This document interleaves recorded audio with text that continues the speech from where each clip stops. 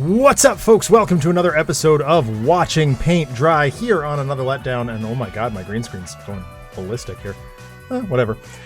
This is the show where I hang out late on a Saturday night and work through the ridiculous backlog of miniatures that I have to paint because it's huge and intimidating and daunting. And I don't have Broody with me today, so it means I don't have anybody to bounce ideas off of, so it means I'm not starting on the Gotham City Chronicles minis yet. Next week, I hope. I looked at them today just before I went live. That's actually why I'm running a little bit late today. And I was just like, none of these are motivating at the moment. Because the first thing I got to do is a whole bunch of mooks. And I'm like, nah, I don't want to. So I didn't. And I just decided not to. So we're painting dwarfs again. I'm still working on this 40th anniversary White Dwarf mini for Warhammer Fantasy Battles. I keep making little bits of progress on it every week and then getting sidetracked. So hopefully for today we actually, finish at least what's on the stage here. And we'll see what happens. So there's that. Anyway, as with all the shows that we host here on the Another Letdown Media channel, we believe in civil rights for absolutely everyone and being as inclusive as possible. So any comments or activity actively working against that goal are not welcome and will not be tolerated. Yes, Captain Kirk, it is me. It is just Zach. Just Zach today. And oh my god, Mr. Chomps, get out of my way. You're driving me nuts for 3 days. Hopefully that's okay. That's much better. Distracted by sentinels. That's fine. That's totally... I understand. I get that. When I went live, I was still actually setting up, so I'm still, puttering around with a few things here.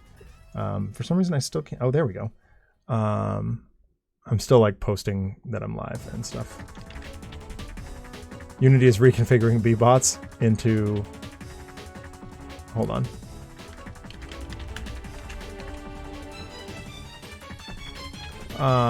Into more B-bots. Wait. Go on. That's fantastic. Always reconfigure your B-bots.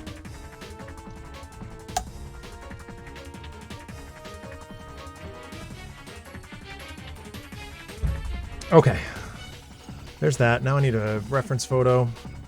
I actually have better than a reference photo this time. I have a, paint by numbers, basically, that GW put out.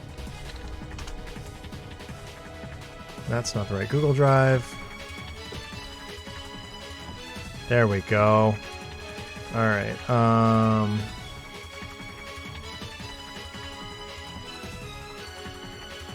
yes. Very nice, very nice. Okay, cool. So, alright, so I was on to... I'll do some flesh work here. The music is Mega Man X something. One of the PlayStation ones. X7.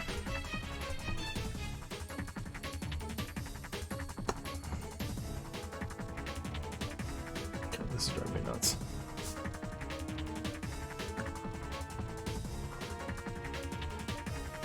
Alright. I need... Oh, where's my little... There it is. Do I want to even bother? No. It's a tiny bit of flesh. I'm just going to do it by hand. The one where you have to actually unlock X. Yeah.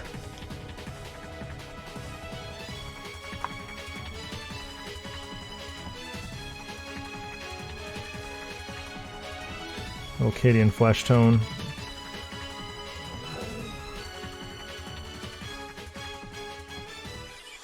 Oh. I actually did it in a different order.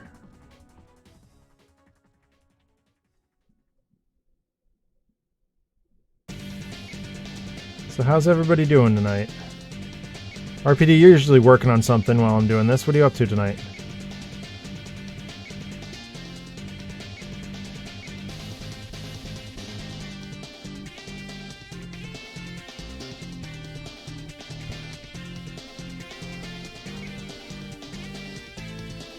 I gave consideration briefly, very briefly, to just binning painting altogether tonight and playing Metronomicon instead, but that didn't happen, obviously.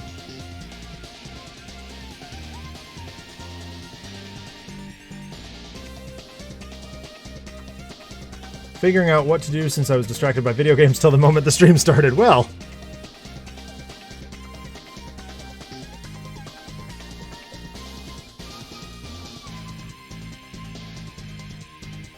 Which video games were you distracted by?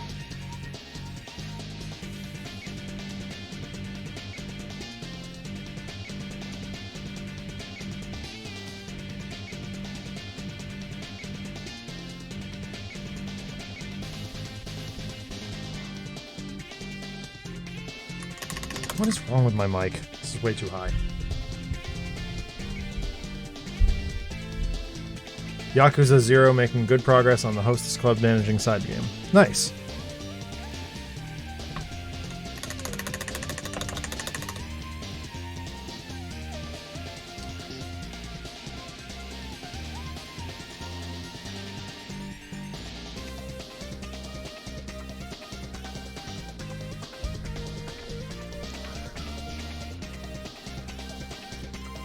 Ah, that's much better. Now I can actually see what I'm looking at.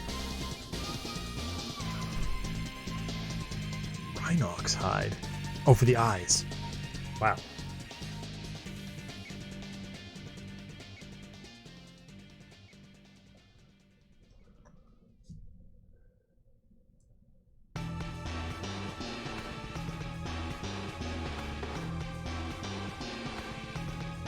Oh my god.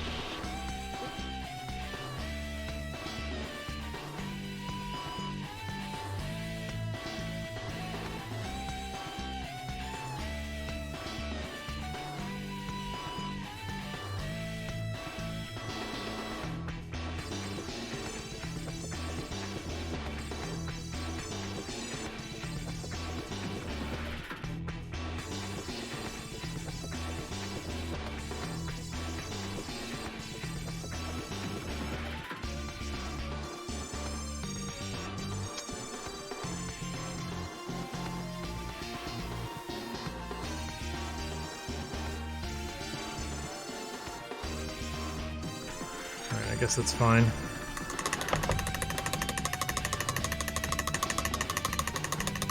I'm going to do Ulthwyn Gray on the beard. I'm not following this how-to exactly to the letter. Pretty close, but... Do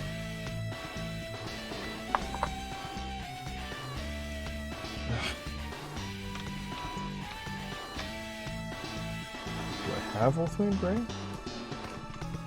I get the feeling I do. Oh, I do. Look at that.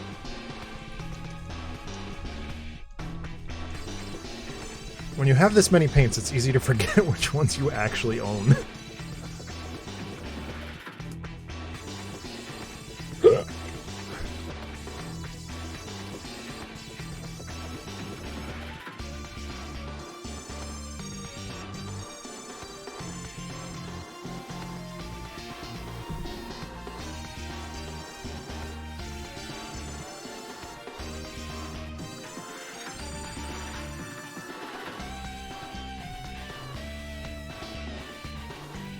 It can be tough to discern which things you own and which things own me. Yeah, for real. And believe you me, RPD, there are definitely paints that do own me.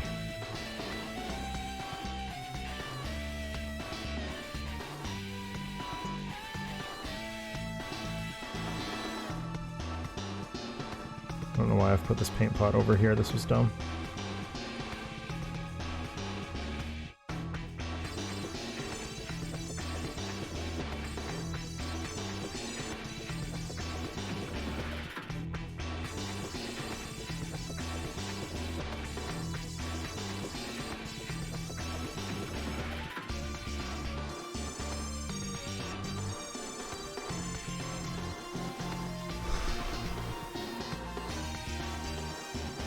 I don't love this.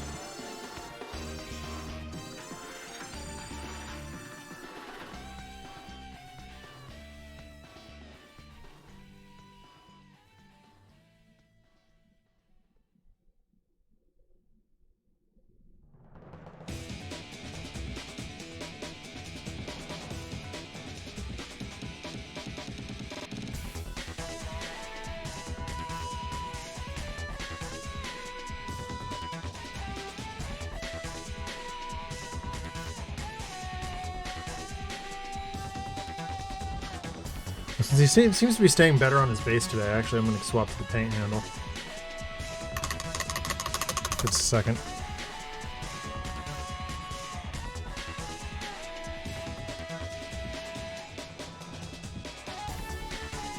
Come on.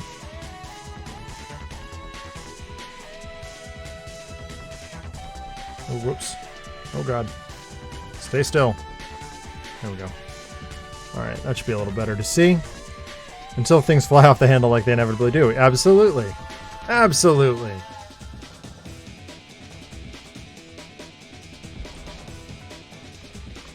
So I spent most of the day, or most of, well, last night, building a Hamilton-themed gingerbread house with my wife. Actually, it came out really cool. I was really happy with it. I posted pictures to Discord, I believe. Both of you guys saw it.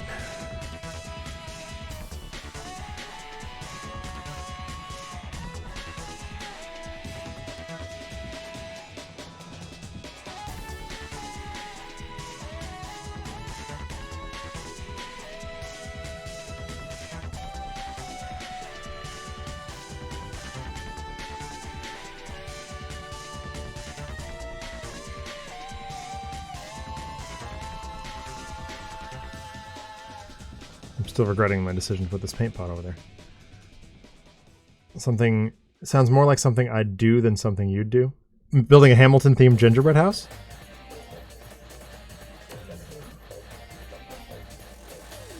It's an engineering project, RPD. That's like exactly my ballpark.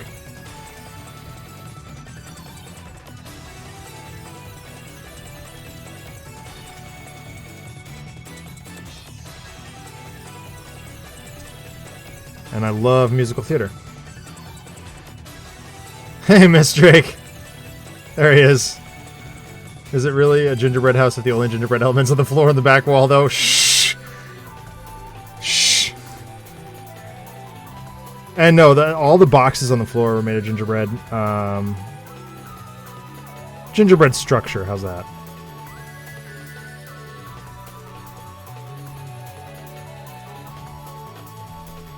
Been a while, Miss Drake. How you doing?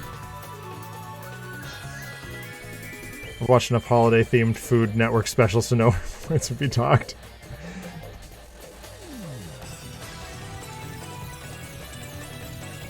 Yeah, so gingerbread structure was the assignment. So, like, we followed the letter of the law there. And, like, the side goal or whatever was, you know, spend quality time with each other. And that we definitely did in spades. You know, we sat there and listened to the Hamilton soundtrack and did blueprints and stuff. It was really cool. It was a good time.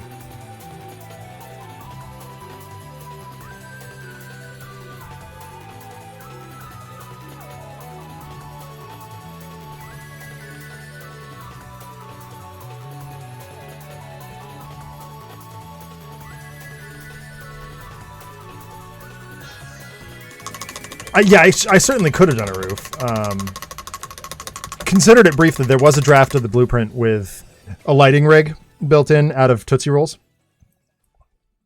But just for photography purposes, it really just didn't make much sense. So.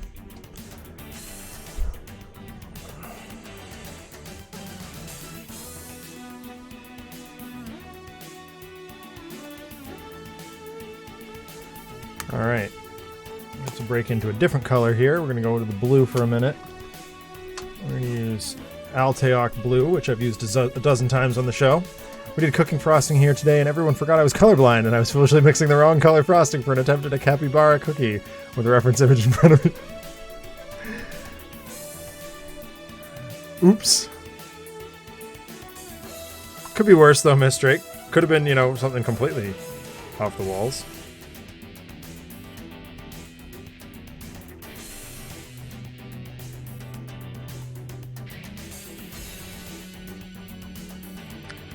Alright, so we're just doing a highlight coat here. I'm gonna. They suggest using a dry brush or a tiny brush. This is actually the smallest brush I own. The one I was just using. I'm gonna try something here, and it could backfire horribly on me. But I'm actually going to try and dry brush on this next couple of layers, just because that's kind of my style. And now you have your grounds to call them ableist if they dock your points for that. Yeah, there you go.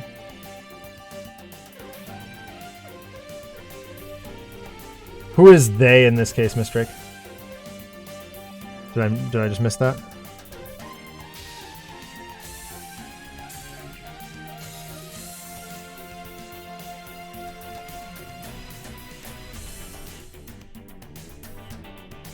This is working better than I'd hoped it would. Or about as well as I'd hoped it would.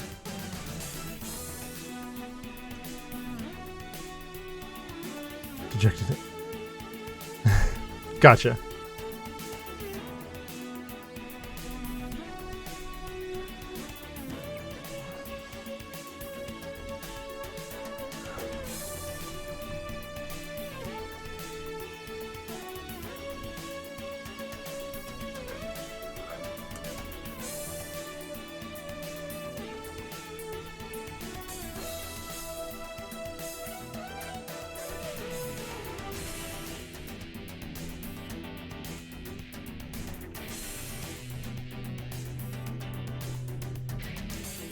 They are society, per usual. We're just blaming society.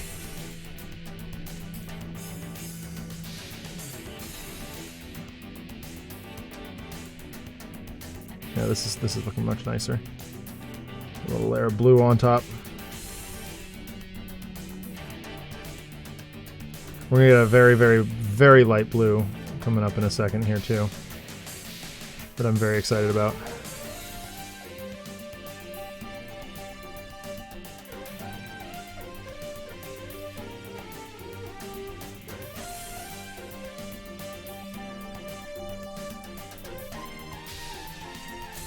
Does anybody have any colossally interesting plans for next weekend?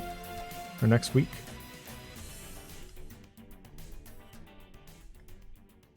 I do not. Other than, like, the obvious. Like, I won't be streaming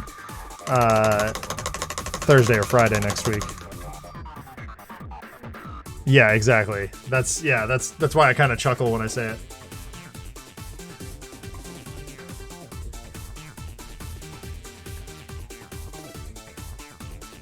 My phone's blown up.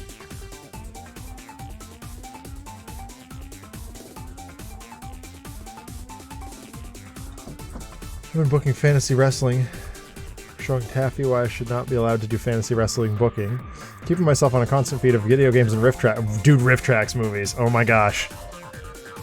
Keep myself in an approximation of sanity, and once catapulting out of bed to write an entire issue climax. Nice. Coming soon from, this is like little teaser for you. Trevor and I have something in the works that I've been talking about a little bit here and there. Wrestling fan fiction.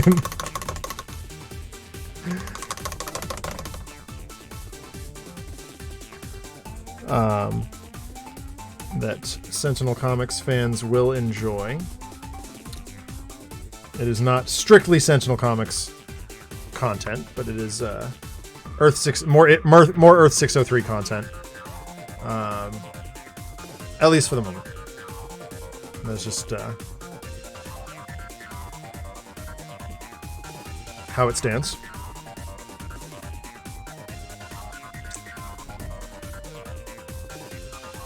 But we are very, very proud of it and very excited about it. Earth 603 is the Tales from the Archive verse.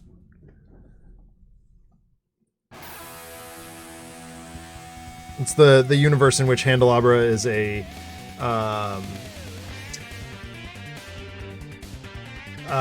shield-like organization known as STREAM. Strategic Tactical Reinforcement and Educational Army of the Multiverse. There we go. It's the meta adjacent. Alternate reality metaverse.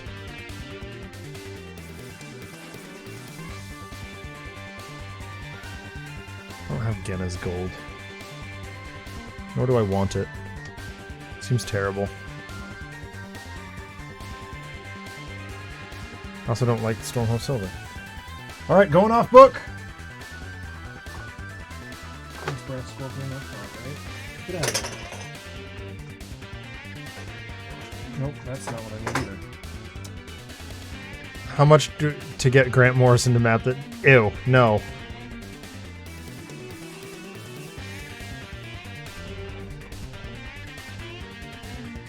I don't want to use Orc Armor Gold either. Vomit. Like, am I just happy with it? Maybe? Possibly. I guess. Okay. Turn the page here. I went the wrong way. Fine, I guess I'll have to take up multiversal cartography. I love it. Okay, so Emperor's Children is next. It's just a little bit in the corner. Alright, do I have Emperor's Children? That is the question. Yes, I do! I just bought it!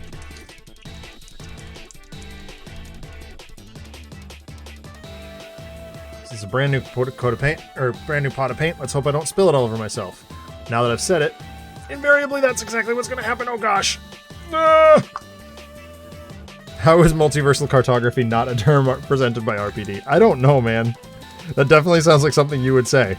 But it, like, that said, it sounds like something either you or Miss Drake would say. Like, that's, you are the two people that I would expect that terminology from. Alright, this is some detailed work here.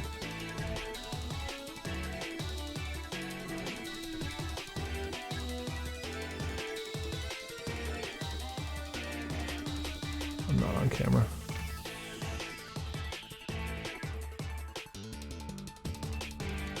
And it's one of those cloths that we appreciate, Miss Drake. You know that.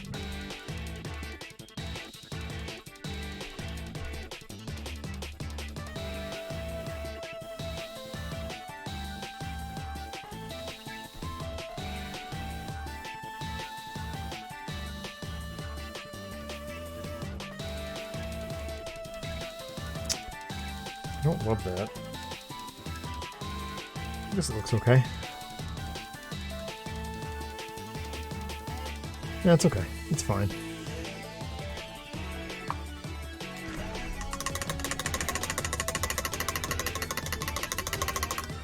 Alright, now they want you to use... So they wanted me to use a darker bit of business for the barrel than I did. That said, I'm kind of fine with that.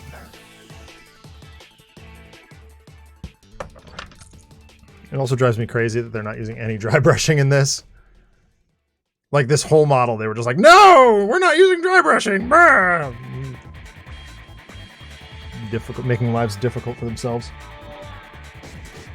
Granted, this is an article written by the heavy metal team, the like professional GW painters. And I'm like, I don't care what you think, largely. Thank you for your color choices, that's useful, but you can kindly get wrecked on the rest of it.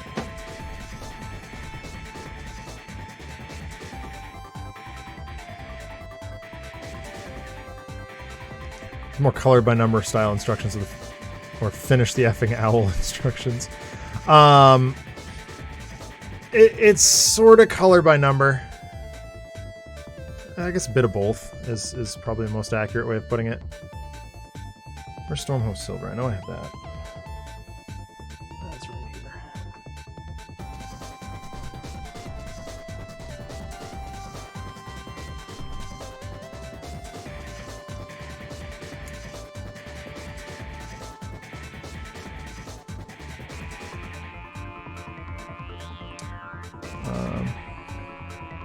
Oh, you know what? It's killing me over here. Just turn the light on. Yeah, that's about right, RPD.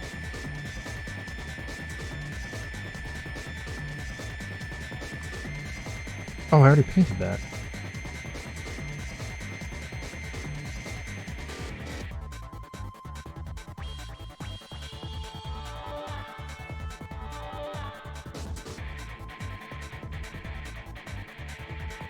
Oh, Miss Drake, I talked to some people who know some people who robbed some people about possibly getting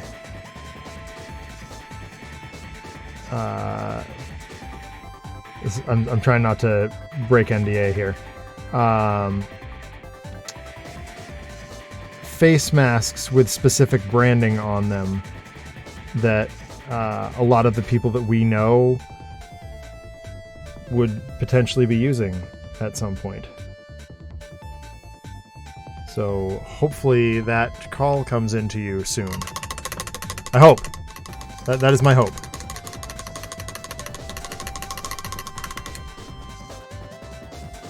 You'll have to repeat what you just said because I bumped the backup button. Oh, I was just saying that I talked to some people who might potentially be ordering some branded face masks from you / your company soon.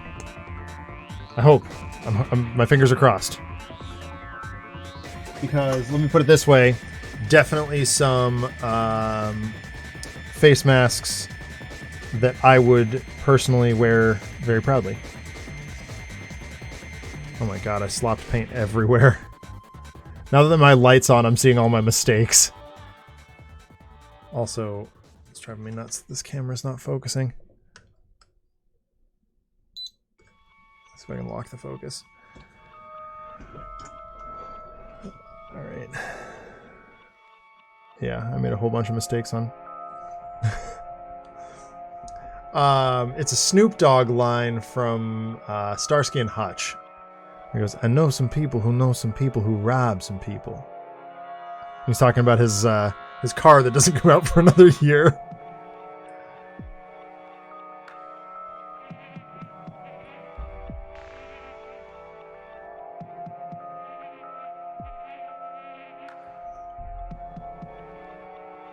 A reference for Classy Gentlemen. I gotta be honest, like, so I unironically love that Starsky and Hutch movie. I think it's wonderful. Like, it's brilliant nonsense, which is exactly why I like it. And yeah, so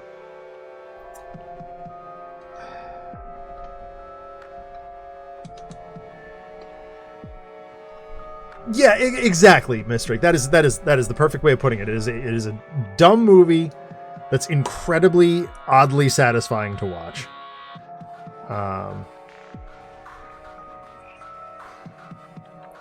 And that particular line in it makes me laugh every time. I think Snoop Dogg was the perfect Huggy Bear.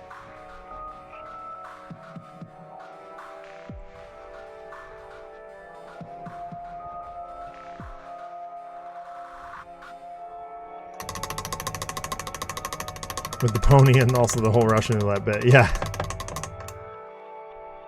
It's just a fun movie. And in the same way that Zoolander is. It's like, you put those two guys together, let them go nuts, they're going to come up with gold.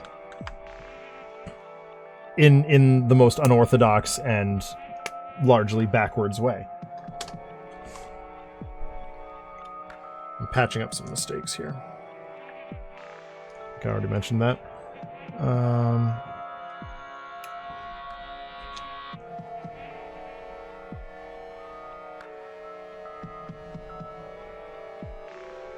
Oh, for crying out loud. Paint, meet, brush. Brush, paint. Now you will get along.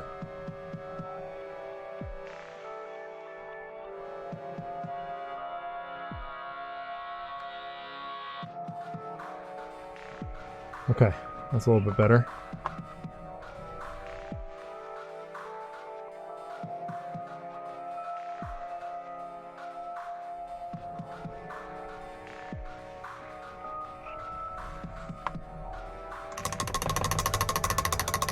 All right.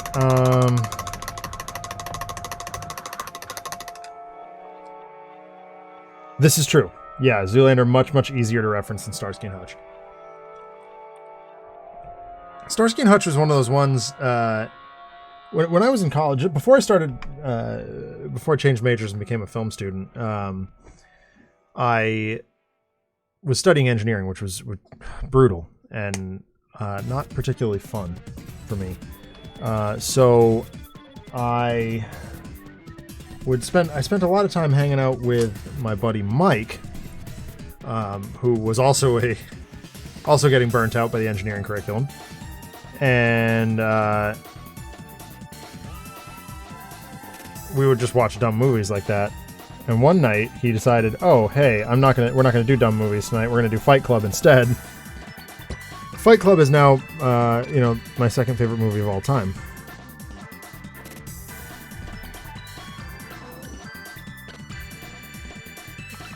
And I recognize that there is a strong contingent of people who do not care for that movie, and I respect that. It's definitely not for everybody. The main thing is you engineered was yours and Mike's escape. Well, Mike engineered that. That was entirely on him. He dropped out after 2 semesters. I stayed at the same school. But yes, we definitely more or less escaped together. Once he bagged out, I was like, okay, I need to refocus here. Yes, that's true, Miss Drake. There is a strong contingent of people who enjoy Fight Club for all the wrong reasons. No. So my favorite is Ocean's 11. My second favorite is Fight Club, but they're very, very close. So sometimes I will misspeak and say it that way.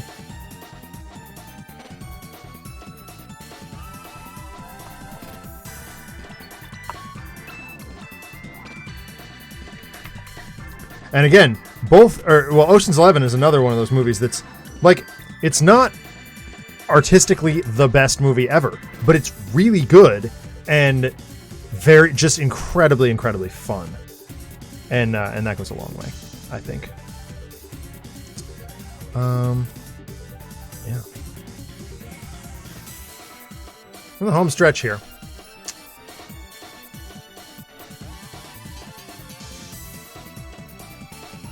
At least on the dude.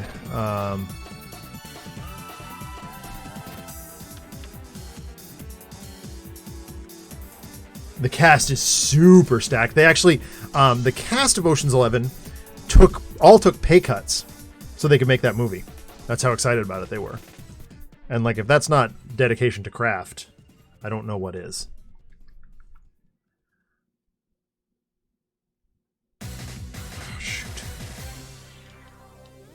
Oh, bugger. Why do they make these things so hard to get into? Okay, there we go. Let's loosen it. I think standout performances, like, across the board on Ocean's 11. Actually, there was a rumor at one point that the Malloy twins were supposed to be... I want to say Ben Affleck was supposed to be one of them. Let me see if I can find where I found that.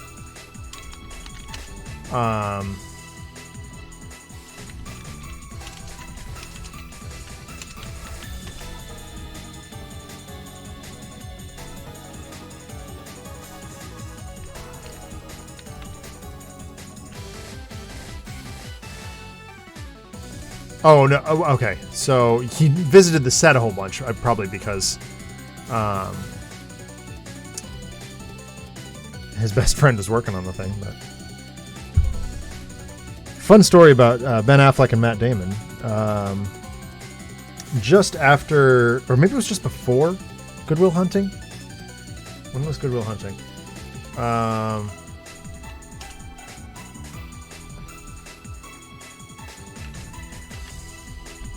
97, yeah. So just before Good Will Hunting came out, I ran into them at Fenway Park.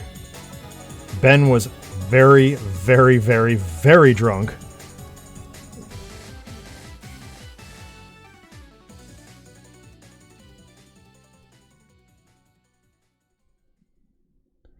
And basically being carried out of there by Matt Damon. And shortly after that, I ran into Stephen King. That was a weird day. I'm just doing a little bit of edging work here, which is not my favorite thing to do, but on showcase models like this, I do tend to do it.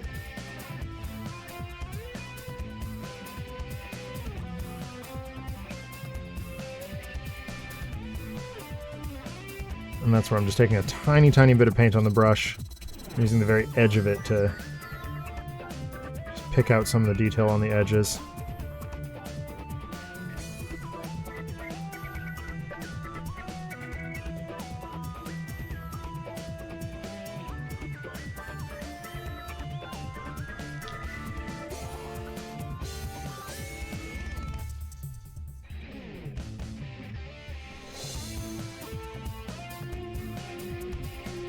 And if I'm really quick, if I make a mistake, I can just wipe it right off, which is kind of nice.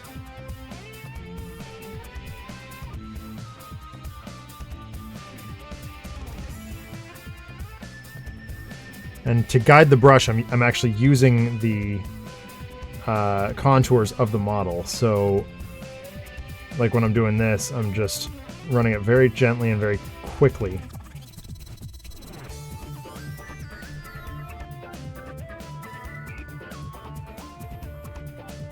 A little too much.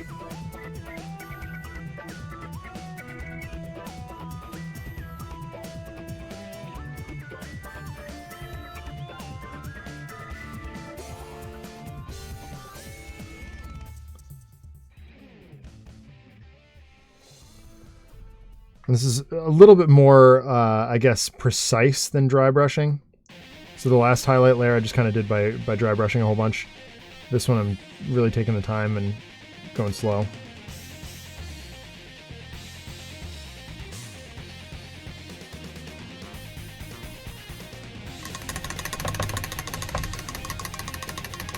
You can see in the shoulder pad there how that changes things just a little bit. And same thing on his butt.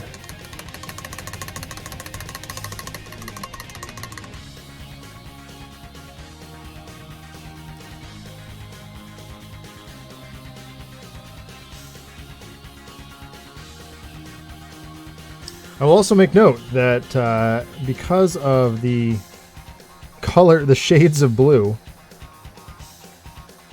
while this guy is wearing power armor, it is not Blueberry Ultramarine armor.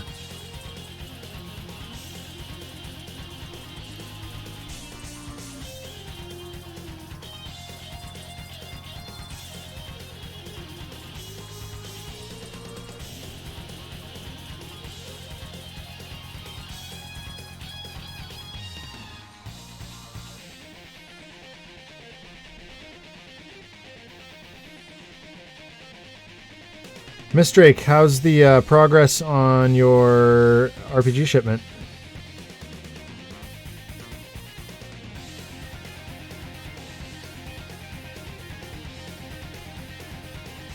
Supposed to hear here Monday. Nice.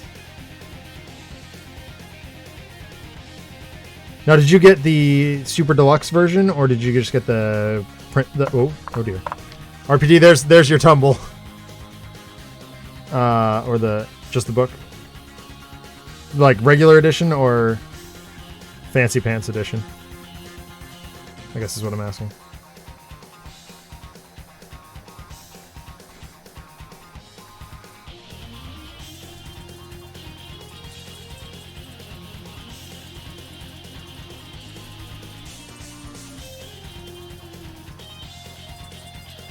Bog standard? Yeah, me too.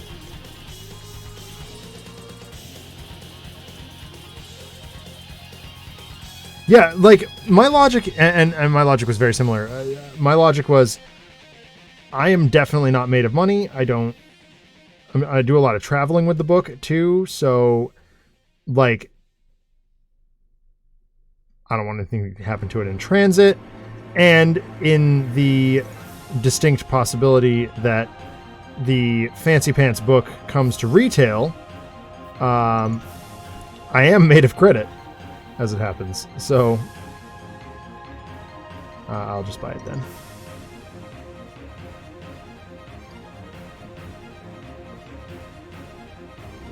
All right, that should do it for most of the highlighting here. There we go.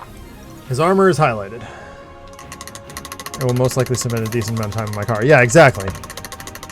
And so I'll show you a trick that I do with my RPG books, because I think I have one right behind me.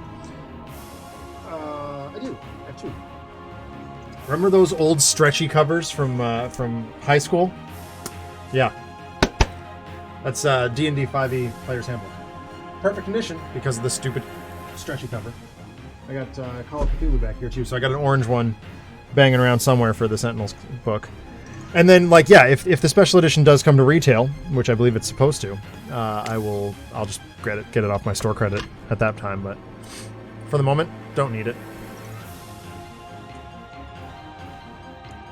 Yeah, it's a solid 75-cent investment if you don't.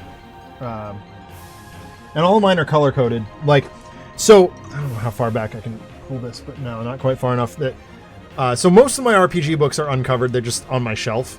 But like, it's the ones that I travel with all the time: the Call of Cthulhu, the Dungeons and Dragons, the Sentinel comics.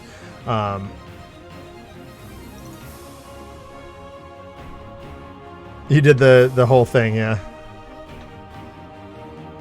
Let's go to RPG. RPD. Wow, I am having a night here. All right, Kislev flesh on the skin, it looks like, is next. I gotta really properly clean this brush out. It's got blue stuck to the end of it. Have a second.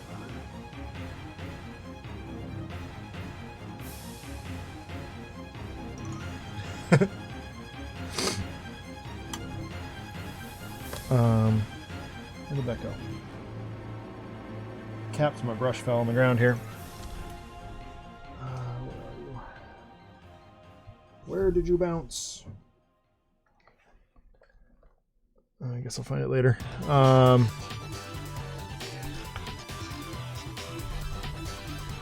The whole thing and every additional thing they added through stretch goals and extra coloring books. Nice. I don't actually remember even like half the stuff that they were talking about in the Kickstarter. The one that's gonna get me is, well, I mean, already got me, is the Freedom 5 game. Like, holy mackerel.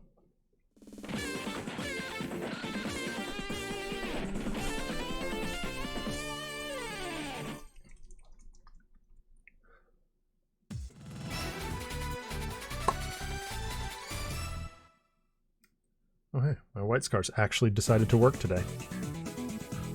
What did that? Oh, that was a base brush. Oh. That explains why that didn't work very well as a dry brush. I was using a base brush. Learning and growing.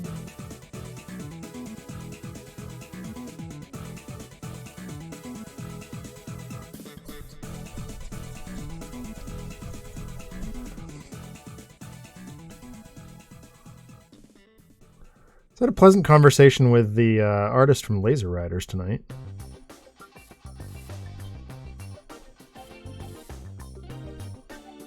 He decided to do an Instagram live while I was watching Big Fat Quiz. And he's an interesting fellow. Very, very polite.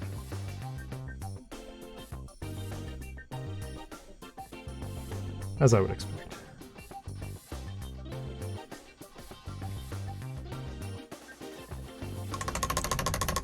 Yeah, that's true. Like, I mean, it's not my place to complain about the way they did it, but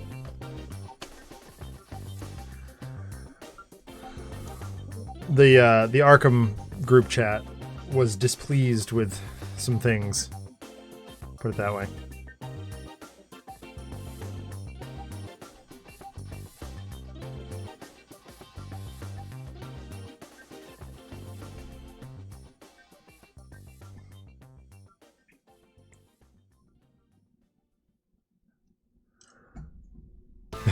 Except RPD.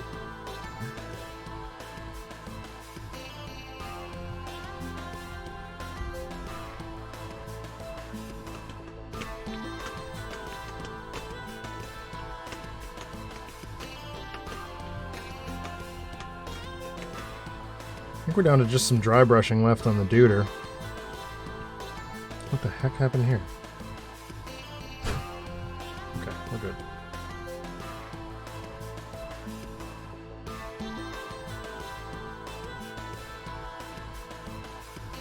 And then we'll work on the obnoxious base that he's got. Which is that. We know there's just a day and a half left, but we're introducing more stuff for more money! Yeah, that was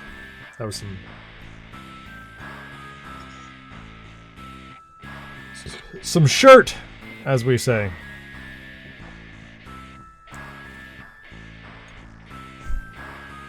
Ah, okay. I know what I need to do. Where's Kislev Flesh?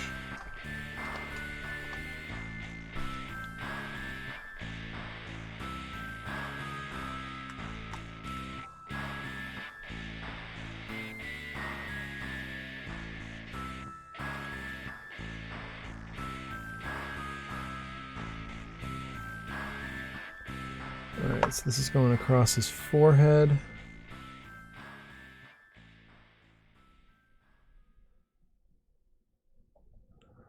On his nose.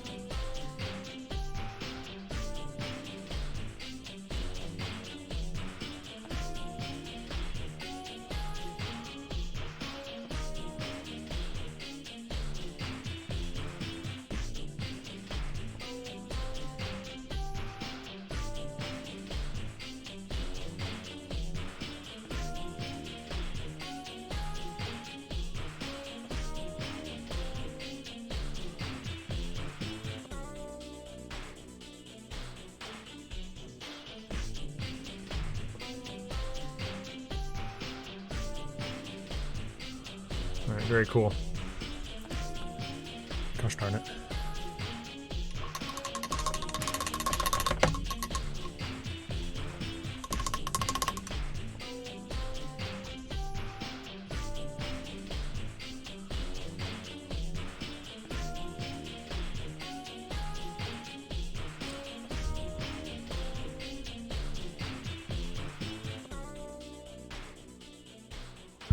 Oh my god. I'm just a walking disaster over here today. I'm whacking everything.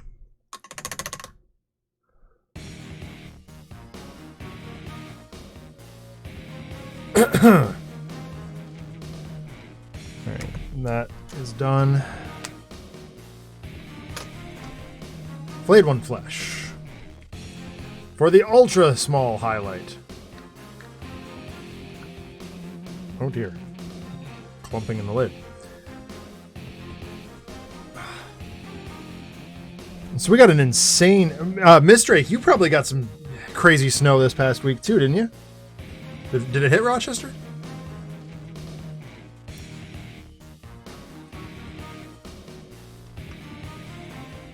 Oh, really?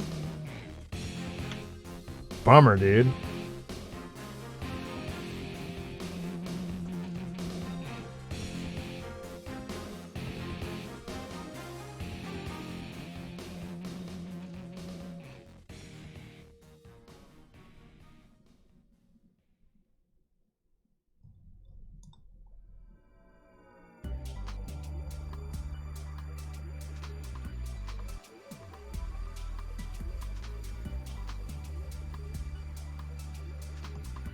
Alright.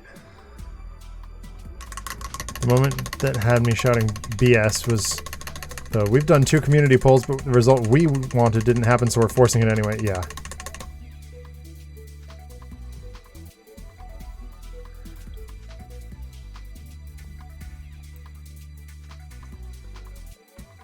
Although I will say, the stream that they let us do was mega fun. Like, holy moly. I mean, RPD, you were at least there, and Captain Kirk was there. That was absolutely crazy. That was so much fun.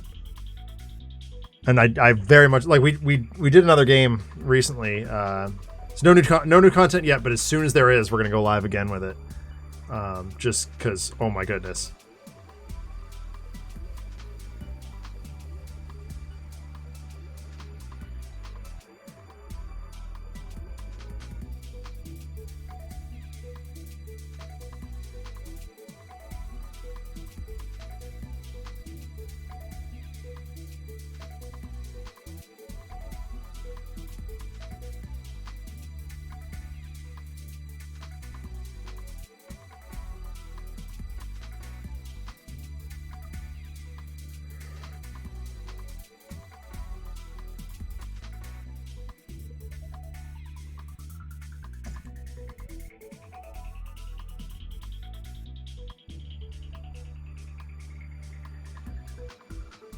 Oh, that's cool.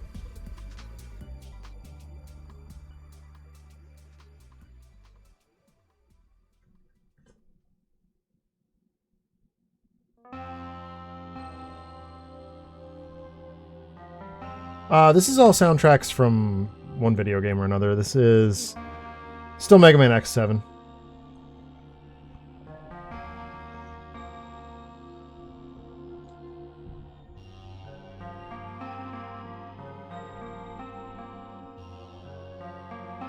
Man, I'm actually pretty happy with that.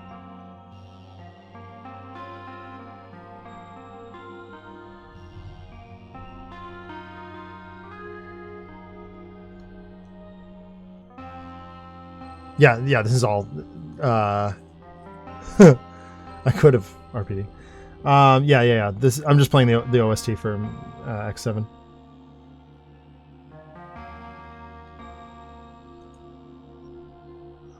This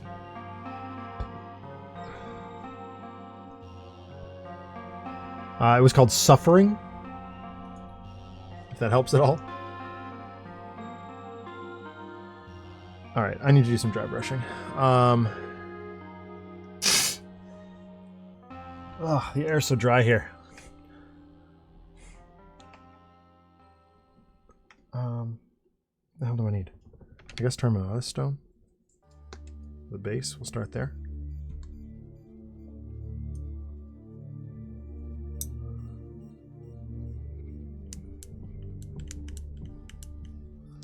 This is the same technique that I used on the Brutality minis. Just a little bit. Actually, I can just take him right off. I don't know what I'm doing.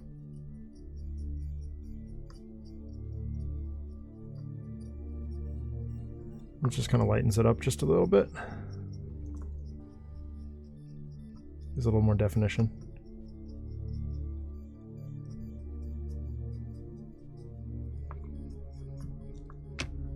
There we go. That looks solid. Oops. Move it back a little bit. There we go.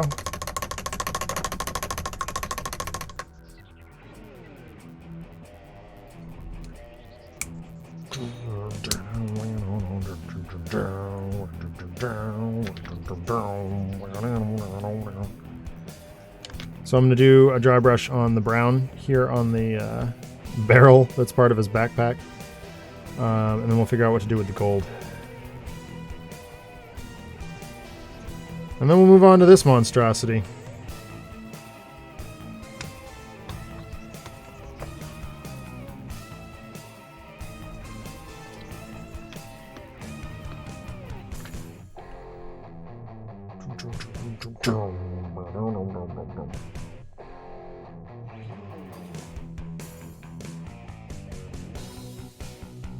It takes forever to dry out a dry brush. Like, holy mackerel. Alright, I need Sylvaneth bark. That's the one I use for wood. I do love these dry paints. They're fantastic. It's like a goop that works really, really nicely for applications like this.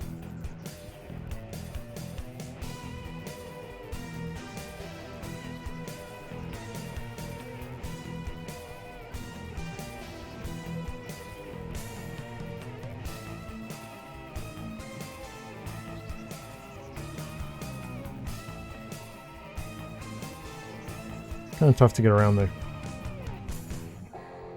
bits, though. Yeah, that looks way better. I'm just gonna see what happens if I do this. Just kind of brown the beer up a little bit.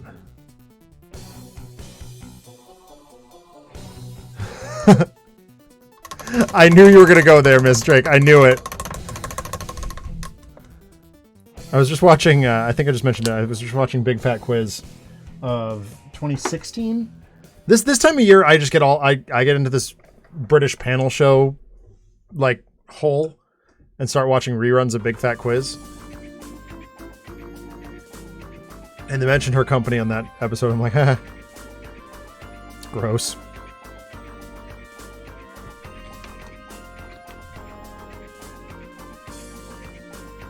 Alright. He's looking pretty good. Oh, he's also looking like he's going to fall over.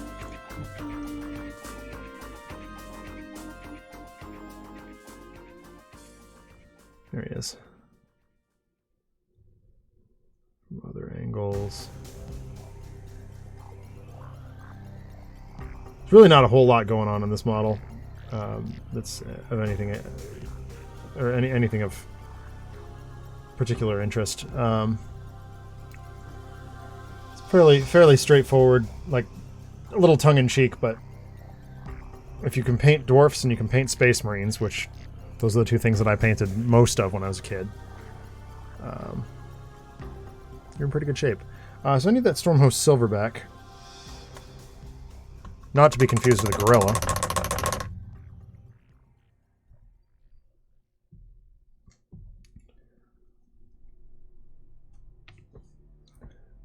And in turn, not to be confused with a baboon. Or a Bonzi Buddy. Boy, we have a lot of ape references on this channel. That's only kind of just coming to me.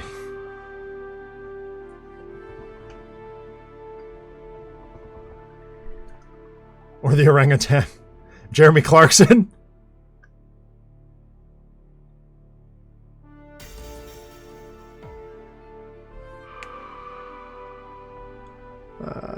Yeah, okay.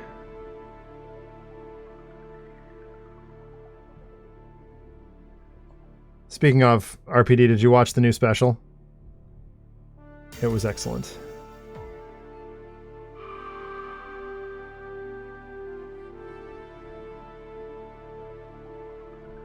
Yeah, it's very good. My brother was just watching it, so he and I are texting about it. A lot of fun.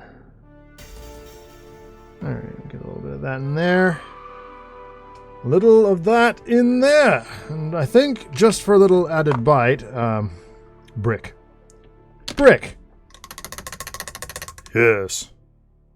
That is a collection of manly ingredients. Has that beef still got bones in it? Yes.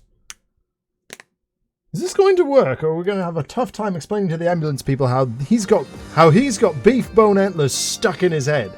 Relax. You relax when you're holding the keys to a V8 blender.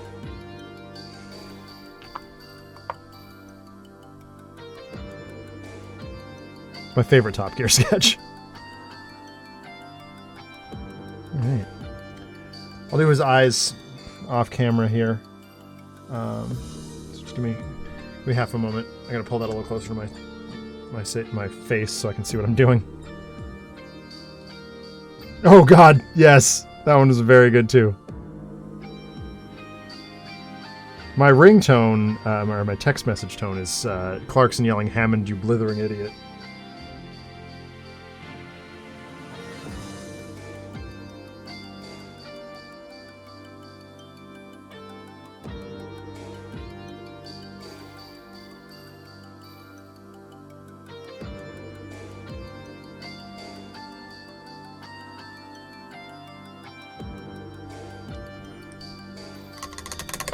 I think my favorite is the one where Clarkson and Hammond make the Fiat Multipla into the old beautiful car. Yes, I love that one too. That one's excellent. Oxide. There it is. Oh, gotta shake it.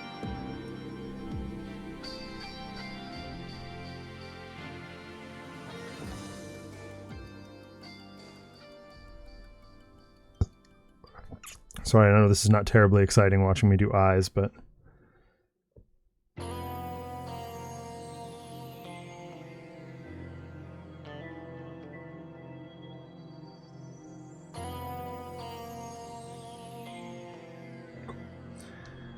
Alright, just a little bit more.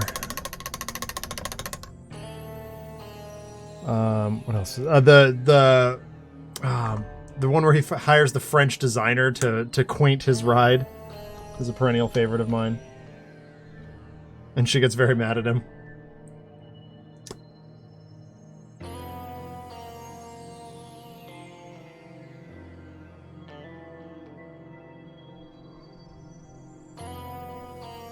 For just doing it himself.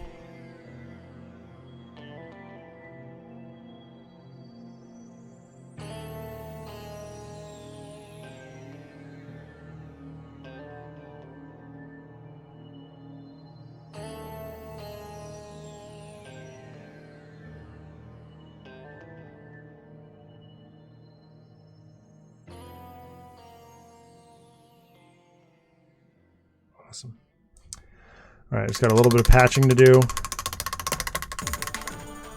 Or during the making of Jeff, there's Clarkson's mood room. Yeah, the mood room was great. I'm so used to seeing Jeff written that way, or my buddy Joff writes his name that way, and so I almost read that as Joff. No, I need Kizzle Flesh.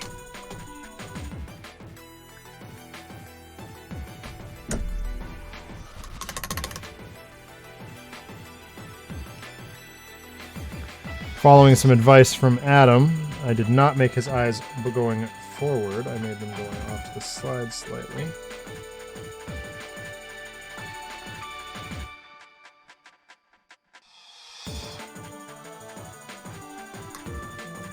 Doing the shifty eye thing here.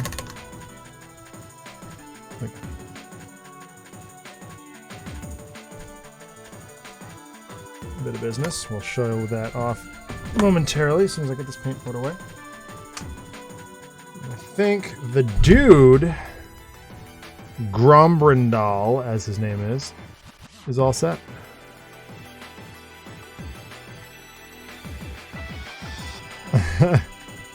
No, they're going to the same side. I've been doing that for years. It's not something I exclusively learned from Adam, but what do you guys think? Complete enough?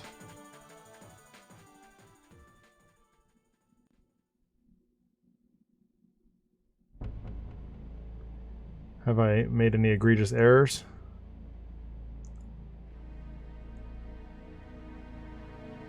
Looks like a dwarf. Okay, I'll take that as a compliment.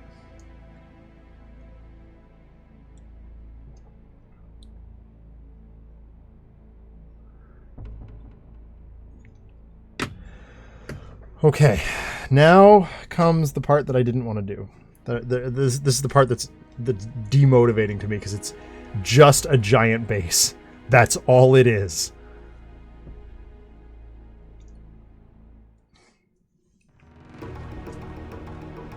Grab a snack real quick.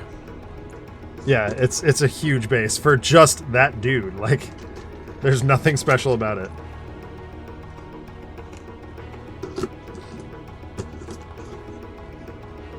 I found tropical trail mix. I'm very excited about it. It's literally, Kirk,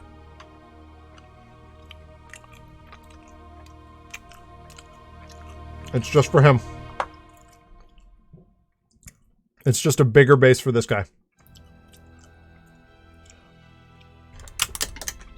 It's completely asinine. It makes him virtually unusable. So, like, basically, if you want to have him lead a unit, you put him on the small square. If you want to have him lead an army, you put him on the big one. But it's got a damn birthday cake on it. Like, what's... okay, fine. So, this is what we're going to work on. I make no promises as to whether I'll finish it or not. Because I have him on a perfectly serviceable base right now.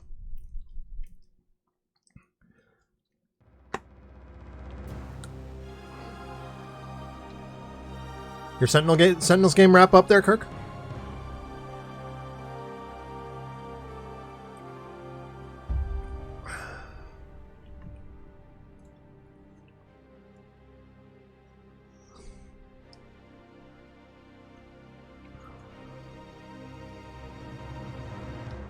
Yep, it's for one dwarf. Sad.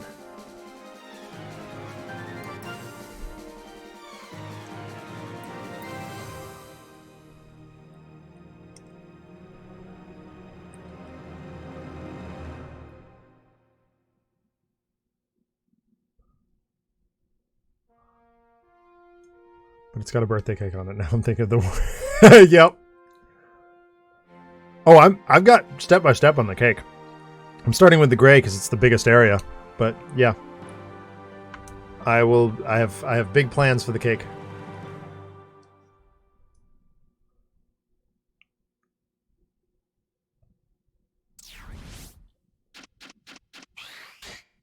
And the hobgoblin hanging out inside it. I'm going to do a quick de-dustifying. This has been hanging around for a while.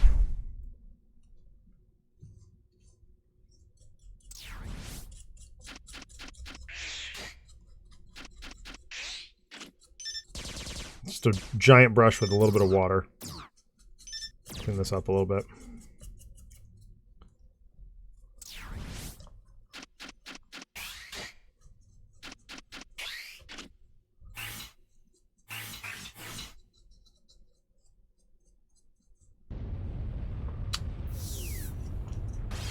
Alright, that ought to work.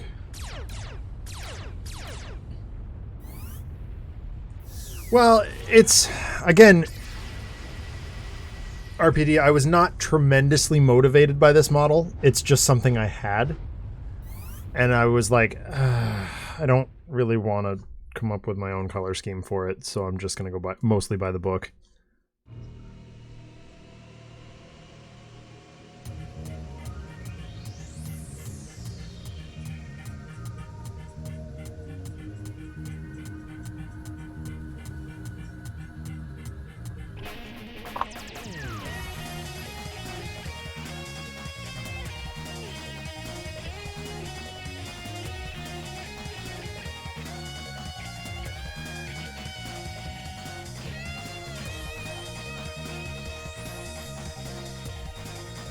So I got the old, my wife's going to drop off Christmas presents with her folks tomorrow, so I'm going to do the old Christmas double feature tomorrow. I'll watch Die Hard and Hook.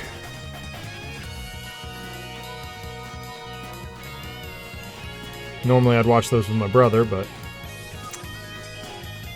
owing to all of this, that is not an option. Well, my brother also has pretty abysmal internet. Otherwise we'd do like a watch party or something.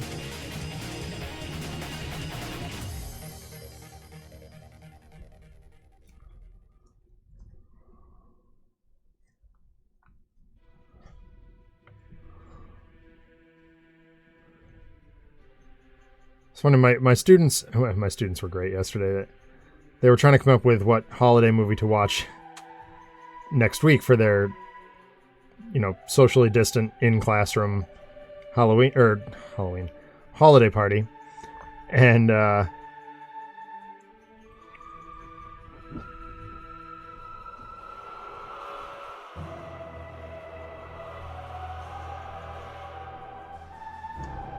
okay, that's criteria that I hadn't thought of, Miss Drake. I believe this is Metroid Prime 3. Corruption.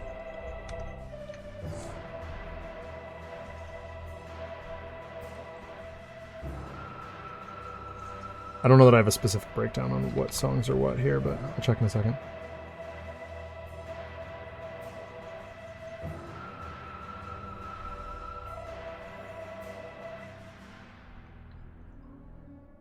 It might be. Give me a minute.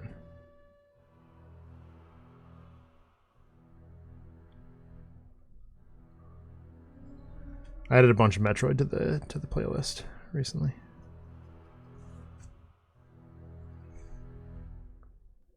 Yeah. No, I agree with you. My logic on Die Hard is just a little bit different, but it goes right along with it. So stand by. Let me address Kirk's question about the music here real quick, and then I'll get to that.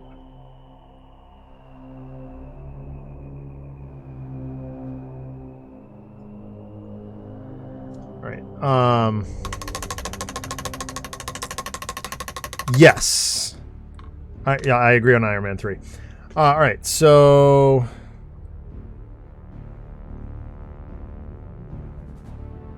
that was the menu theme. This is the gunship theme. And there's the Dark Samus prologue in there too.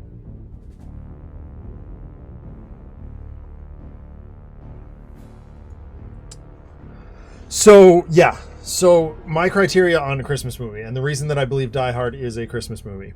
Number one, it has to take place at Christmas. So, Miss Drake, what you're doing is extrapolating that out one step further. Is that it has to need to take place at Christmas, which I agree with. I think that's good. I'll probably add that to my criteria. Second,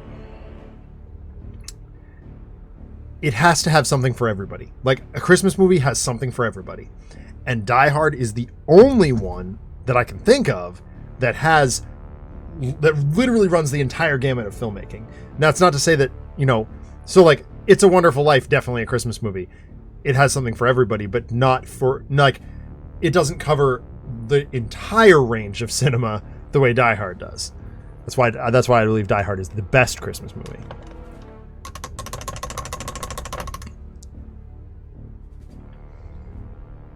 If that makes any sense at all. Which I hope it does.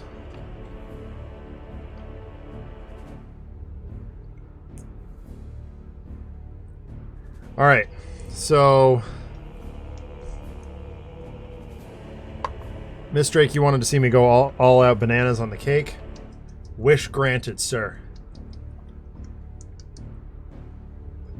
Oh, excuse me. This cake is going to be vibrantly blue. We're going to use Calidor blue, which is like the most, stark standard blue that I could come up with.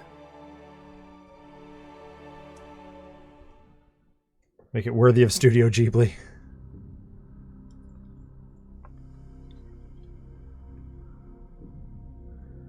Alright, this is a risk, but I'm going for it.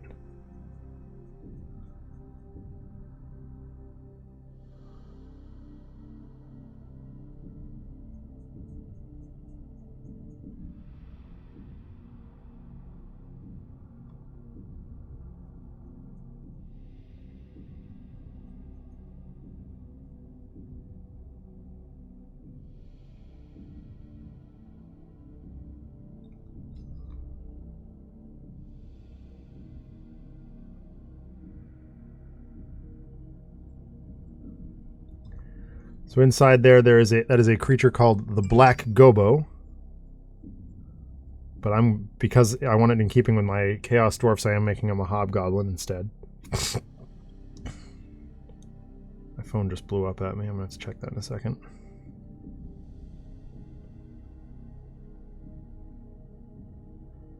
So we have 1.5 days left before school vacation this week. Very happy about it, because this is the time of year where I actually have like solid lesson plans for everybody. Instead of just like not making it up as I go along, but like feeling like I'm making it up as I go along, I guess is.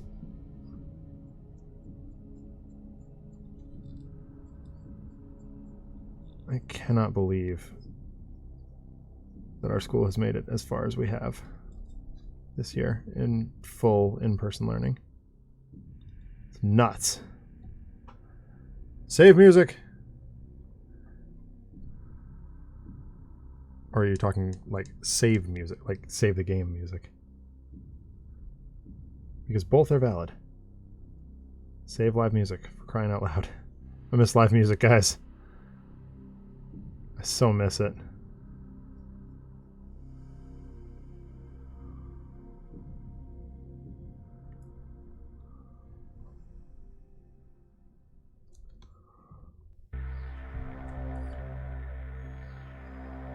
Hot take. RPD's favorite Ghibli movie is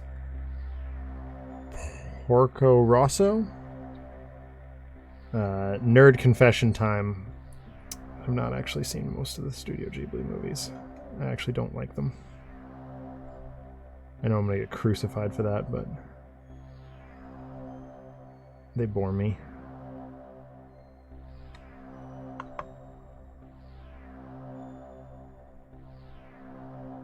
I respect them for what they are, but yeah, they are a very specific taste that was very aggressively forced down my throat in film school.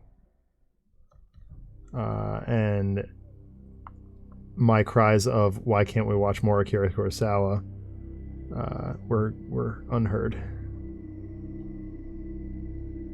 when we were studying Japanese film.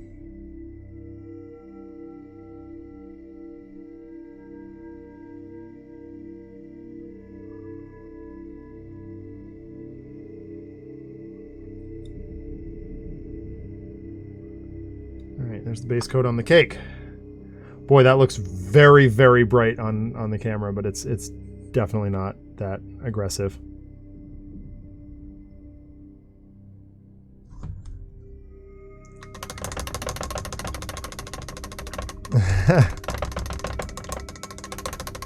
It reminds me of the feelings I have toward Neo Genesis Evangelion. I like Evangelion, but I hate its impact. Yeah, that's fair. I watched a lot of that with my buddy when we were living above the pizza restaurant, just because it was there. That's how a lot of what I enjoy started. He introduced me to Eureka 7, which is an anime that I adore. Because how do you deny giant mechs on airboards? Like, that is super dope to me. My knowledge of Evangelion is entirely from the mashup someone made of it in Tenacious D. That's rad. Oh my god, I know, right, Kirk? The music is so awesome. I listened to that so much. So it was a 5-hour drive to and from my school to home. And 1 year, that's basically all I listened to is the Eureka 7 soundtrack.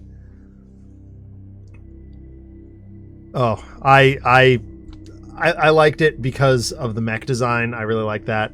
The plot was very, very loose, and I was like, okay, whatever. But like the bits where they were just flying around on airboards, I'm like, yeah, no, I'm here. Let's do this.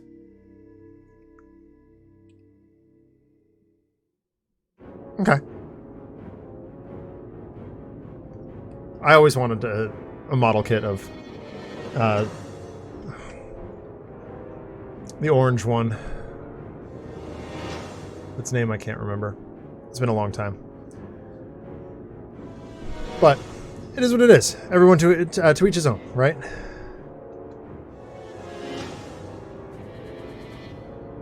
G Gundam, which was yeah, no, G Gundam's good though.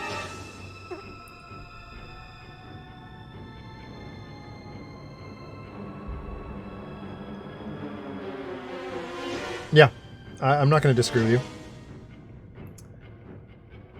Not going to disagree with you at all.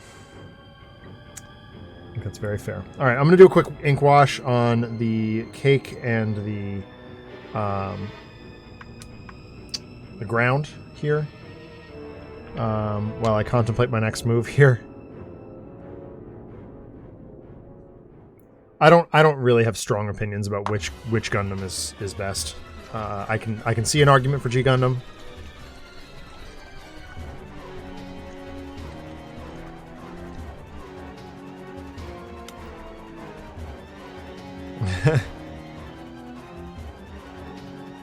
That's always fair.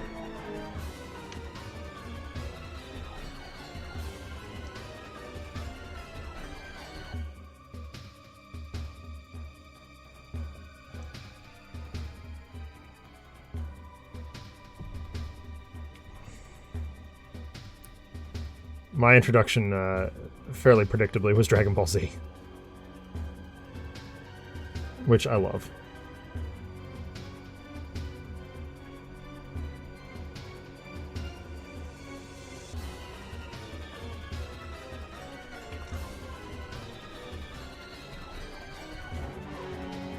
The town library, just as I was getting into comic books, and didn't have wheels yet, Amanda didn't have her license yet, the town library got in a bunch of Dragon Ball manga, and so I just devoured it because it was what I could easily get my hands on, and so that was my introduction to both anime and manga.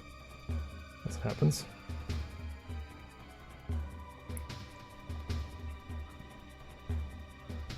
All right, there's that. In many ways, G Gundam is the Mandalorian or Adam West Batman of Gundam. It's the best because it's nothing like what the franchise is supposed to be. Okay, that's an interesting argument. Again, it all runs together for me, so.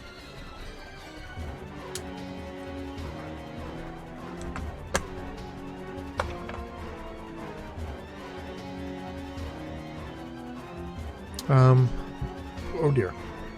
Excuse me.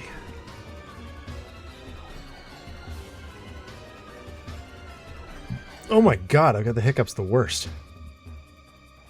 Yikes. Alright, I need my favorite ink wash. It's Drakenhof Nightshade time.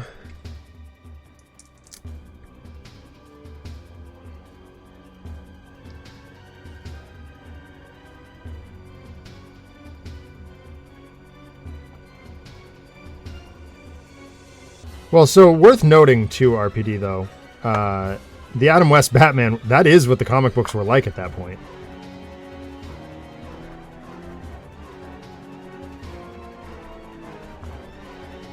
If you would like, I can dredge behind me at some point and find some issues for you to read that prove that point, but I don't think you need that.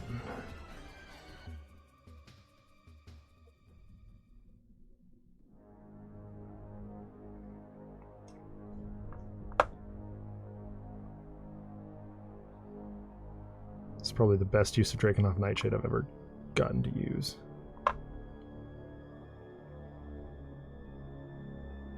Darkening that cake right up. I don't know why I'm worried about those yellow bits, but...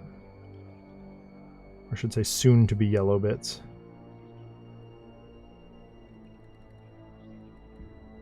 Oh, I love that.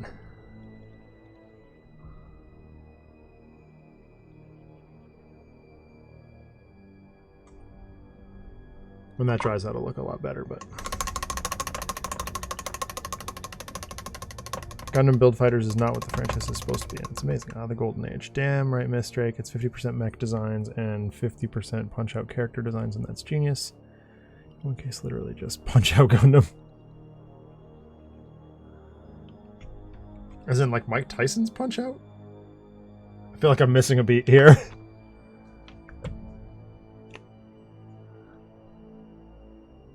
Which, when it comes to anime discussion, that's frequently the case.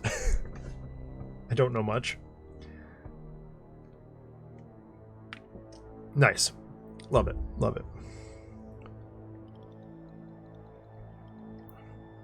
Also, you mentioned that Lady Drake is kicking around, so hello to her as well.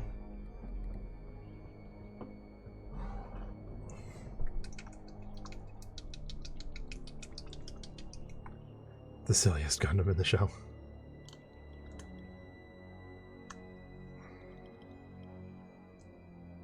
It's not the silliest Gundam in the show. Nether Gundam is a Gundam that turns into a windmill. Yikes. The one that always bugged Chris was Seed. I never had really a problem with it, but it was a little strange.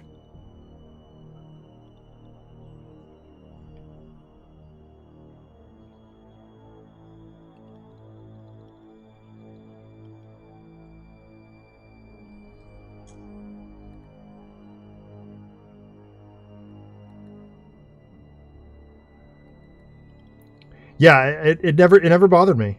It was fine. It was a little different, but it was fine. It wasn't my favorite, but yeah, I never had a problem with it.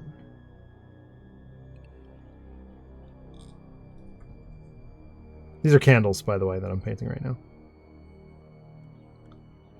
That are behind the Adam artwork.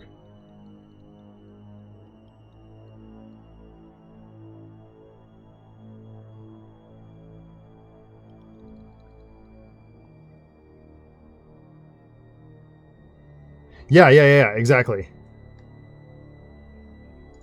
Chris always said the art style bugged him, and I was like, it doesn't really look that much different to me, but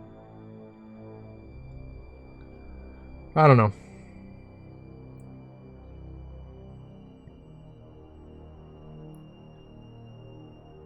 I'll pick his brain at some point. I still talk to him every now and again. In the unlikely event that Alex and I ever drive out to Gen Con again, he's one of our stopovers. Good to see him every now and again. I wasn't overly blown away by most of Gundam Unicorn. Yeah. That's fair. Oh wait, I still need that. What am I doing? I'm a dummy. Alright, so this is where things get a little interesting. Instead of Ogryn Camo, which is what they recommend for the Goblin. I'll see if I can, do I have one of those? I think I do. Where is it? Here it is. Nope, that's Death Guard green. Thought I had Ogryn camo, maybe I don't. Which is it's a dull green basically. It's kind of looks like this, but it's a little bit uglier. I actually use a Mournfang brown, which makes the goblins look sickly. I've mentioned this on the show before, a long time ago when I was doing the hobgoblins. I think they come out a lot more fun.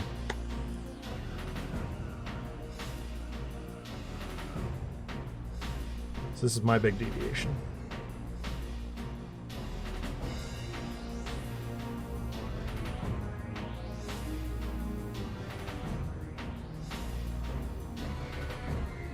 So we'll go the brown and then we'll go the green over the top of that.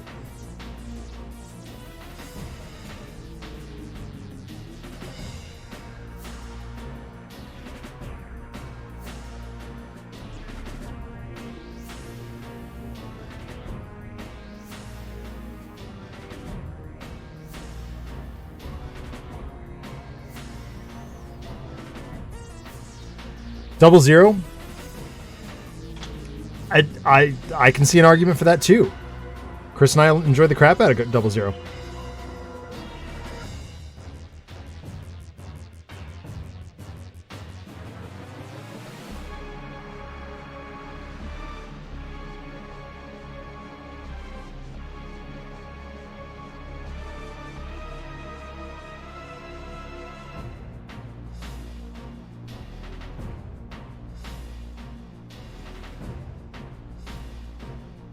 One of the reasons I think that I over the years became somewhat disillusioned with anime in general is the guy who ran, I'll never forget him, his name was Jeff, ran the anime club at my college, was very gatekeepery and kind of exclusionary in that way. At the time, all I had seen was, what's on cartoons. And while Chris was interested in teaching, showing me new stuff, Jeff just wanted to mock me for not having already seen it. And that was very unfun. Build Fighters. Oh, yeah. I forgot about that one. That one's good. That's funny. Good comparison, though. Alright, there's our Hobgoblin all set. Build Fighters, 00, G, Seed, Zeta. Yeah. I think, again, I would have to really dig before I could come up with a top 5, but those are very strong contenders, I think. All very strong choices. Zeta was great. I loved Zeta. What I saw of it. I think I saw all of it. Could be wrong. Just in case I'm hedging my bets, But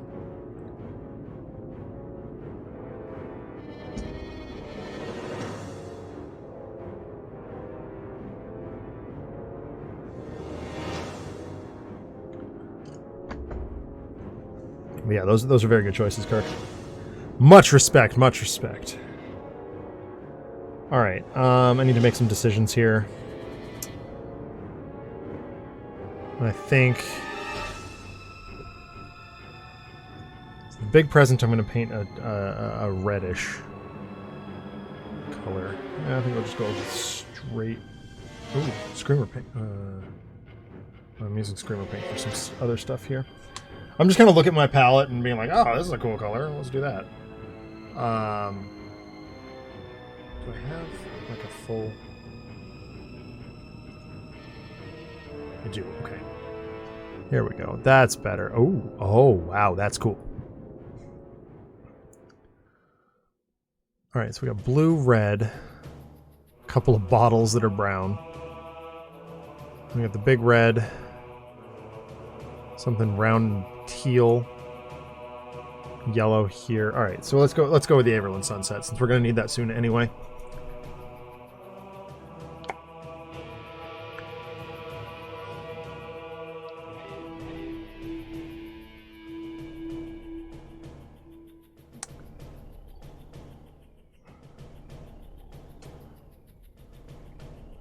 So I did watch Mandalorian last night. I had thoughts. To avoid spoilers, I will not share them. But when Brody's back next week, you can expect some discussion. Because I think he enjoyed it a lot more than I did. That's not to say that I didn't enjoy it, because I did. But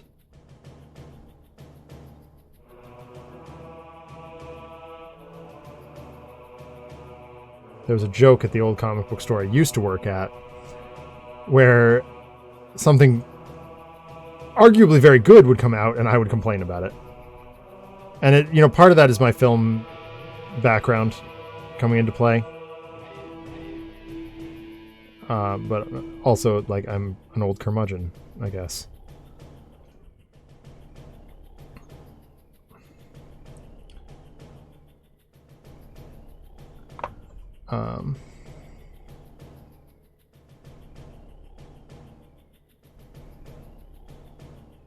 There were definitely some things that, and Miss Drake, you've seen a lot of my grumbles and gripes about this, and RPD probably has too. But you know, they're petty. Like I'm being petty and nitpicky. And overall, I really enjoyed it. But just a couple things I can't get over, and that frustrates me.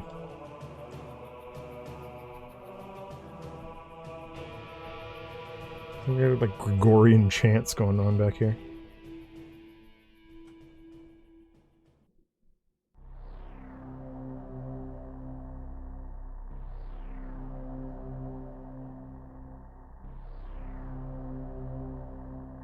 I'm suddenly struck by just how dumb this model is that I'm painting.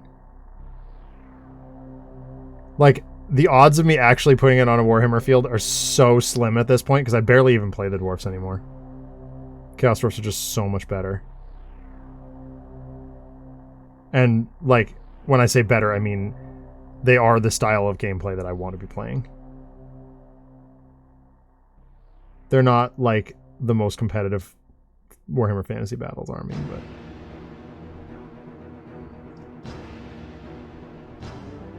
they are terrific.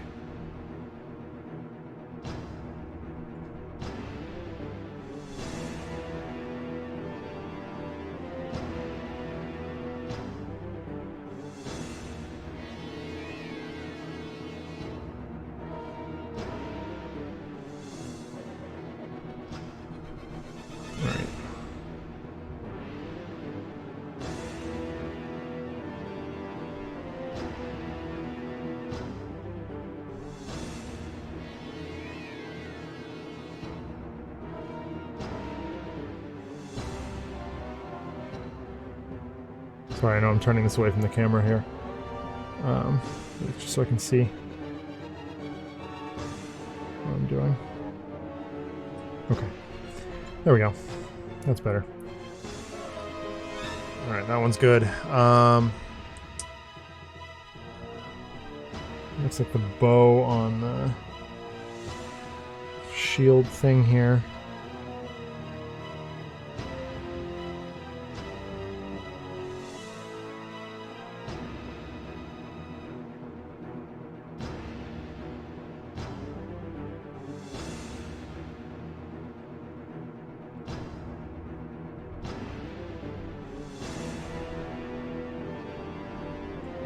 The space pirate music.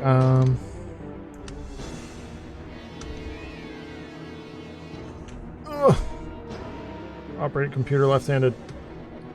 Crisis, it's called.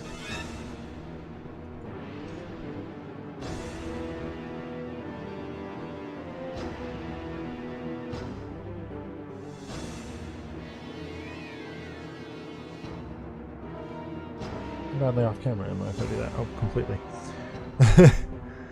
All right.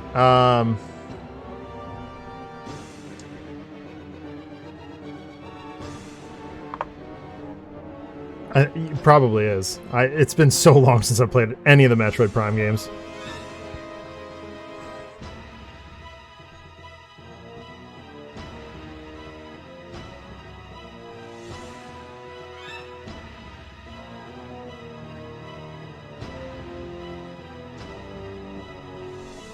Oops. Alright, that's fine.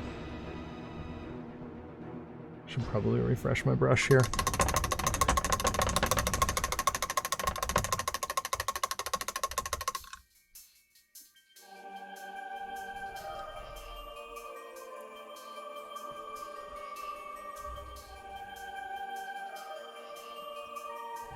What they've done with the bolter here in this this package on the side is tremendous, and I'm definitely going to try and replicate it. It looks like a Nerf gun.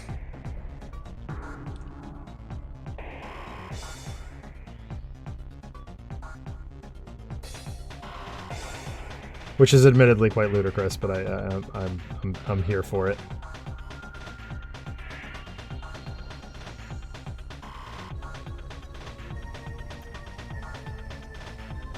God, I love the Metroid games. I love them so much.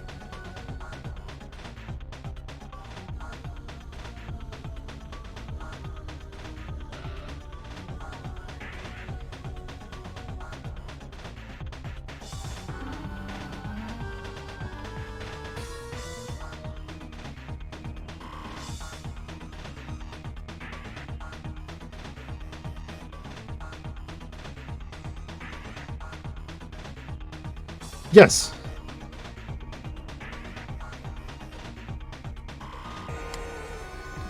That is 100% true, Miss Drake. I cannot agree with you more.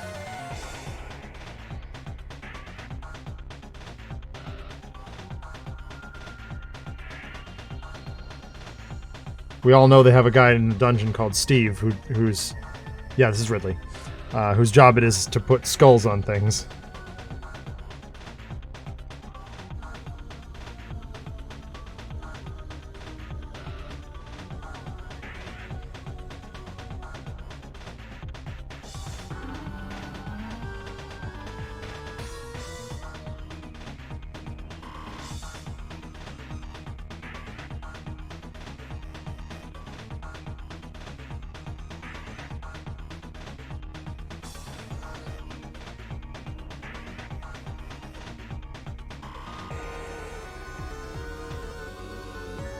Miss Drake, did your Secret Santa gift from Greg ever get here?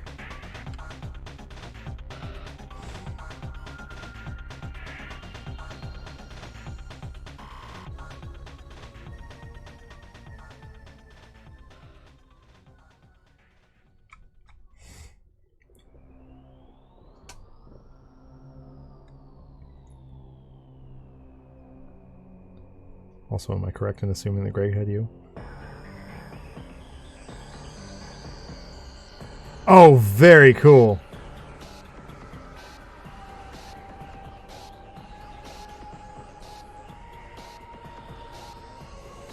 So by process of elimination, I think Greg's figured it out by now. I had him. And my initial reaction was to get him a Bonzi Buddy plush. But then I was like, no, I can do better than that. But I won't let him open his gift. His gift's been there for weeks, and Jacqueline put it away, and I haven't. I won't let Greg open it until Christmas Day, just to torment him. But I know he's gonna love it. So, and RPD, if I'm correct, Adam had you.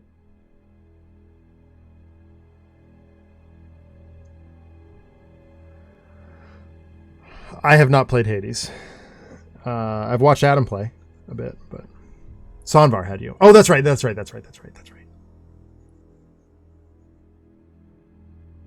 had Taffy. Taffy, that's right. Oh, I'm sorry.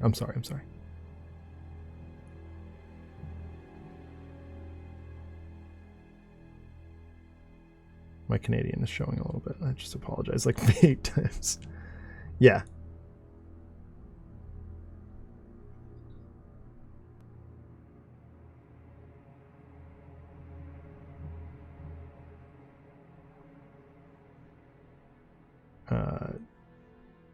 Speedy had me.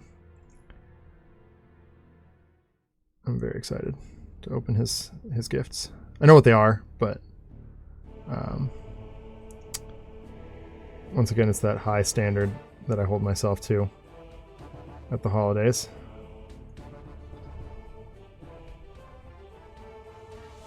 telling me to wait till Christmas Day. So I will do that. Yes, yeah. And most of my classmates were Canadian. Because apparently hockey players study film now. That must be a thing. Oh, I don't like this. I don't like that.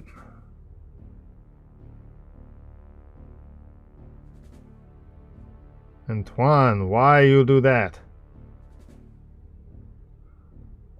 No trouble at all.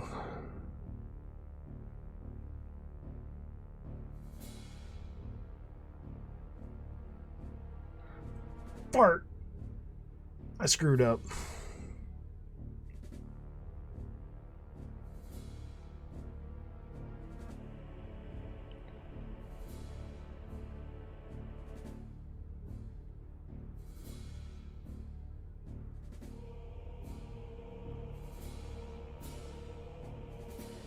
This is going to take some really nasty backtracking to fix. I'm not happy about it. Oh my god. I'm dropping a brush size. This is insane.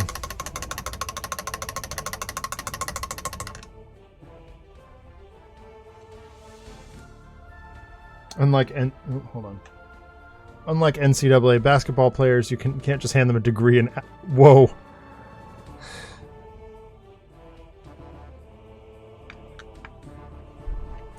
I mean, you're right, but that's not the way I would have put that.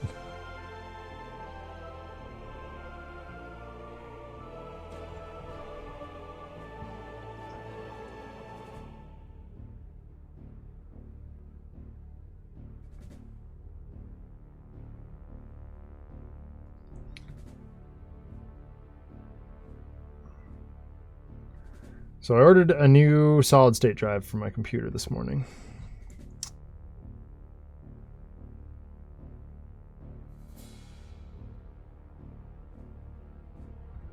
Put more games on. Yeah. No, I know. Interestingly, Miss Drake, are you a fan of John Oliver?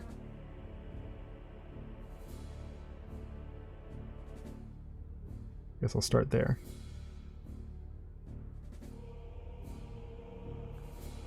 The Bills did a thing, did they? Forgot the Bills were a team. Good. So I'm going to recommend another comedian for you that I quite enjoy, by the name of Russell Howard. He is basically a younger, even more unhinged version of John Oliver, and I love him to pieces. I think he's really, really funny.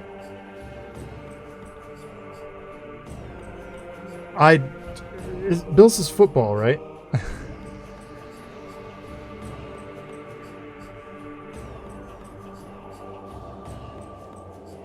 I don't watch football.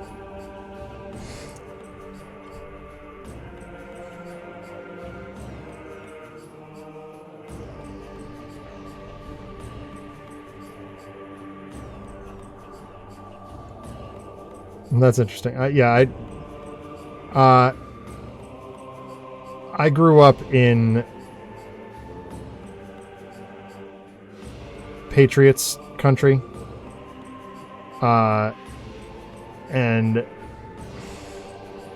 I think that's where my disdain for football comes from, is like, I don't care.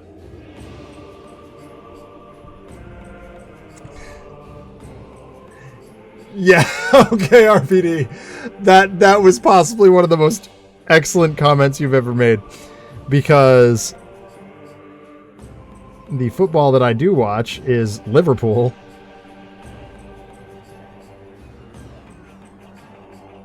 This is really, really bad. It's coming out horribly, no matter what brush I use.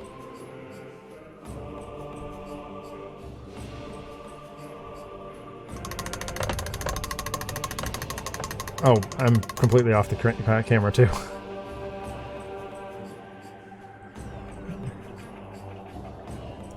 I watched Real American Game, RPD.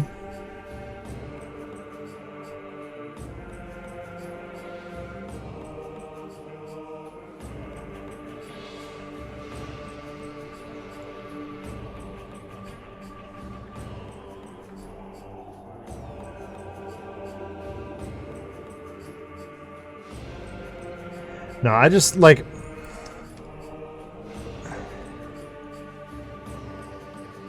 Football has just never done anything for me. I understand it enough to, like, if that's what people are doing, I can follow the game and, like, actually watch it. But generally speaking, that's not how people approach the game of football.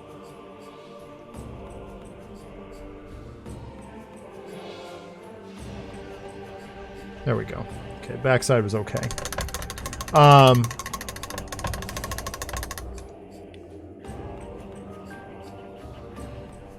You know, Clarkson, the culture around Clarkson was always just like hockey, hockey, hockey, hockey, hockey, which I fit in very well there. I would show off my new jersey for 2020, but it is bright green, and that doesn't really work. As you can see from my collar, which is yellow, by the way. Come on, computer, get with it. It's fine, I don't really care. Alright, I'm gonna patch up that front bit.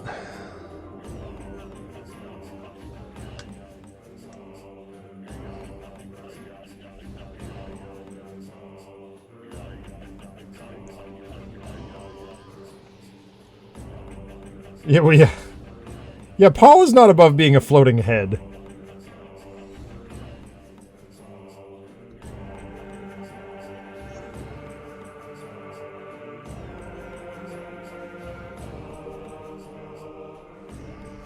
Okay.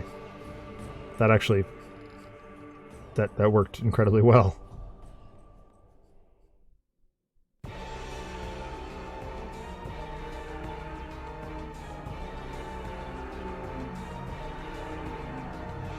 Alright, well, that was easy. That was way easier than I thought it would be.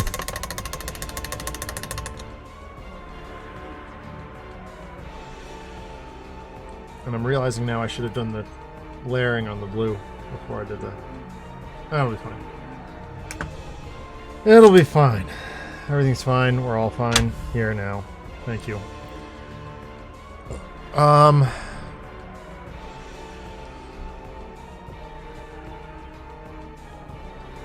gonna hit the... Oh, dear God. Did I drop that again? No, I didn't. I'm gonna hit the candles with an ink wash here.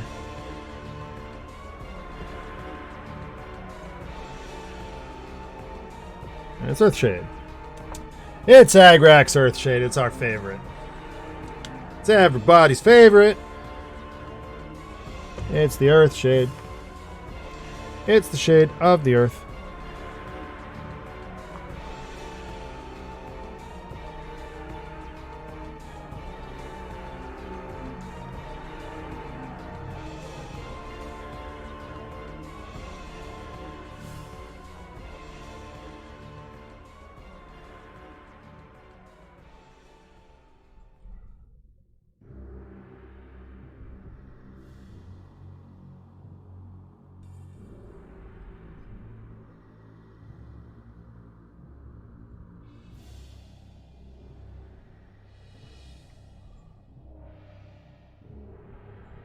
Alright, candles. Check.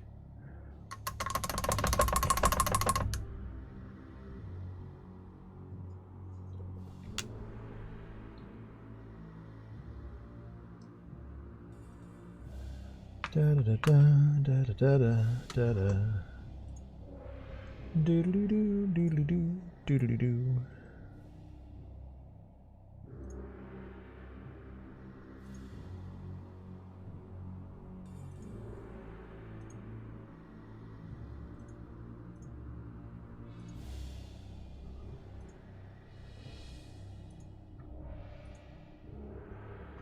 Oh, man. Yuck. Alright, I need a red.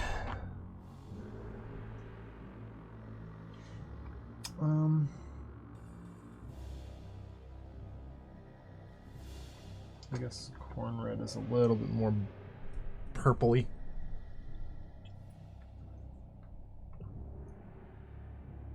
Sure, why not?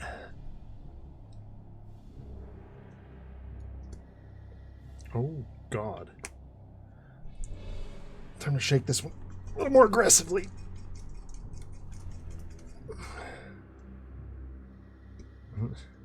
Sure, I guess that'll work. Yikes. Gonna need some new corn red soon.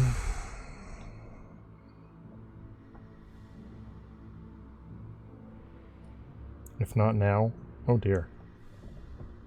That's a nightmare.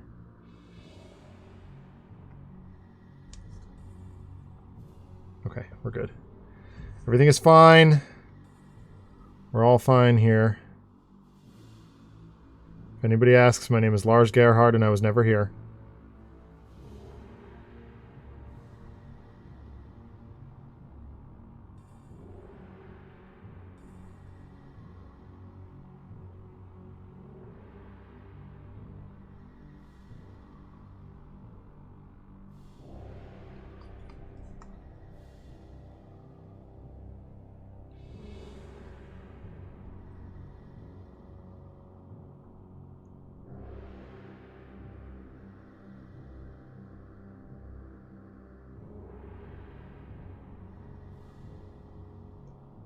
I don't like how streaky that is.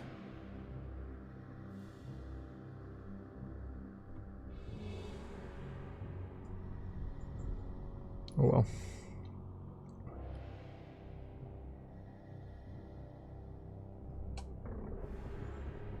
And I'm starting to understand why they made these all separate pieces.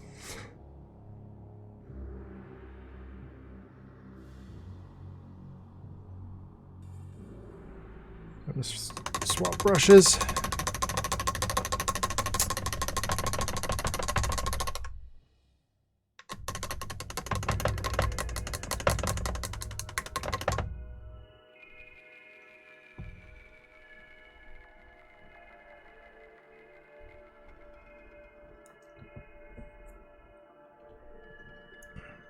Now that I'm actually making progress on this model, it's like actually, I'm feeling better about it, you know?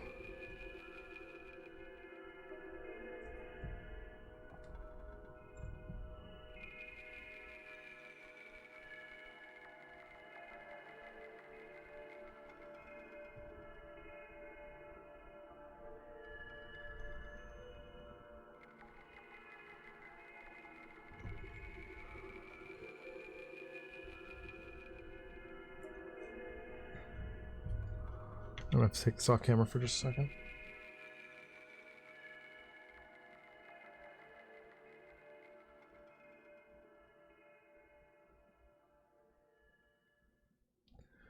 Because the bit that I'm doing is this weird corner.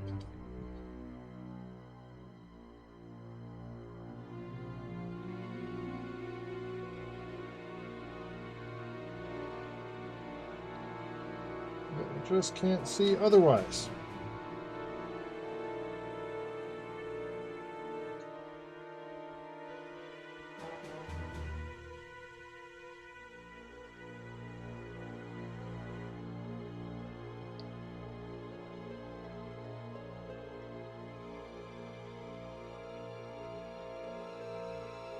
Okay. There we go. That's all set. It's not blood for the blood for the blood god. It's corn red. A little bit different.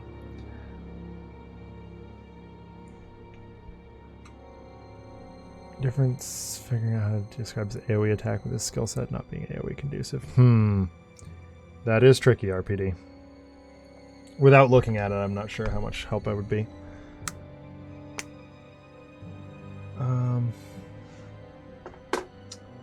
Let's do Cantor blue for the shield.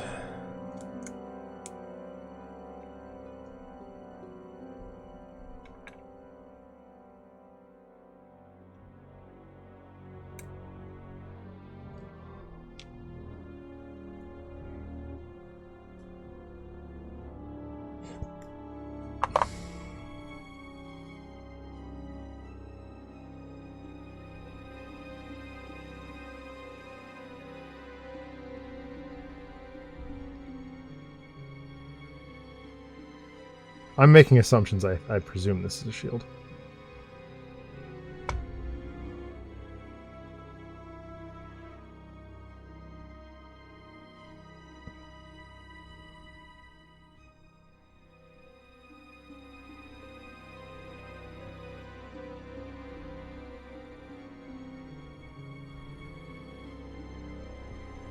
Once again, can't see it.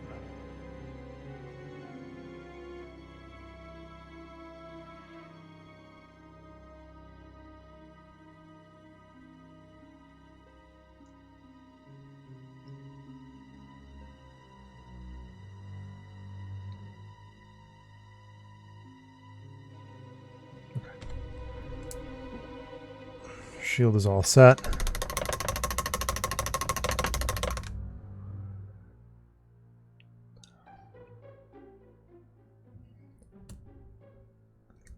I'm gonna use like a dull gray, like a bluish gray maybe. Oops. Put it up here. I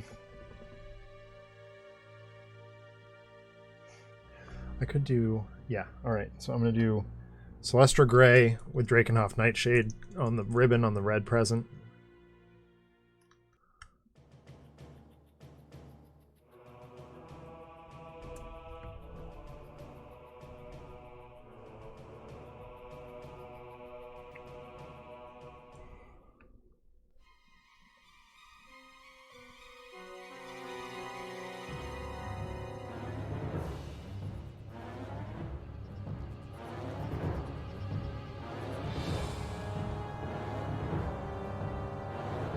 Problem with his being his actual fighting style is mostly just martial arts enhanced with a power suit.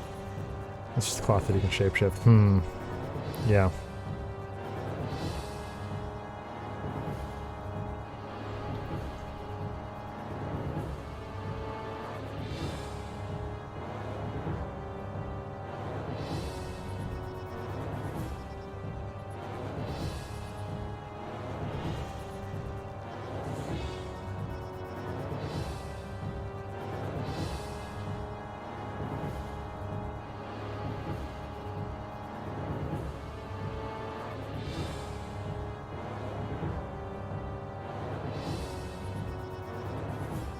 Oh, bottom of the ninth being the Champion Studios card.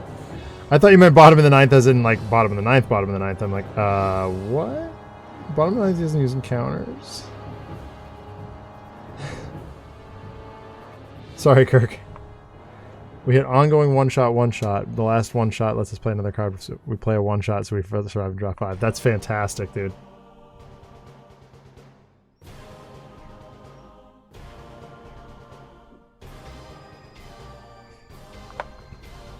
Real talk, though, bottom of the ninth, like actual bottom of the ninth, is one of my favorite games.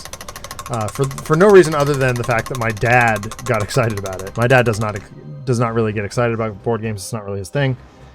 It's very, very exclusively my thing in our family. That's it. But that was the first one. Like, I showed my dad the Kickstarter, and he was like, "Oh my god, get that game!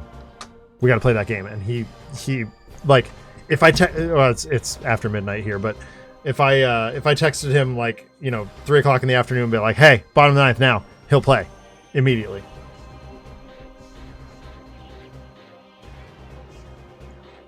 Which is pretty awesome.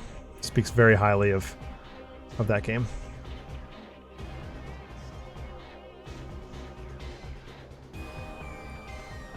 Oh, that was just black. Oh, cool. That's easy.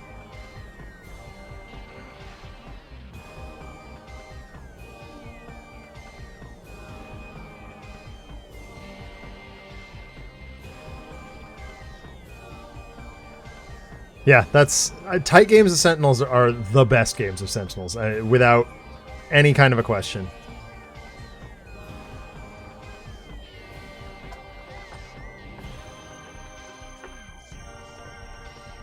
I mean, oh hey, Ian, how you doing? I didn't even see you slip in.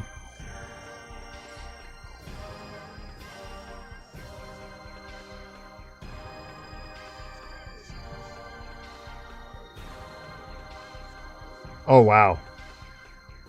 That's heavy duty, Kirk. What am I doing? What am I doing? What am I ever doing? Why am I here?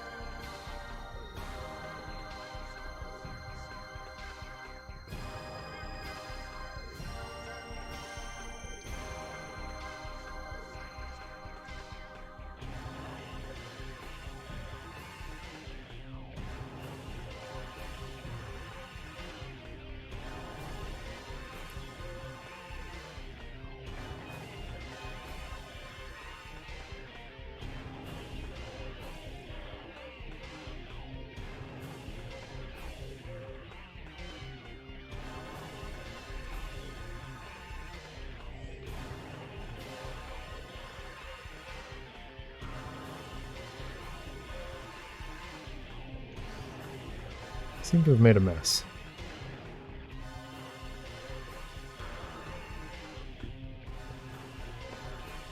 All right, Bolter.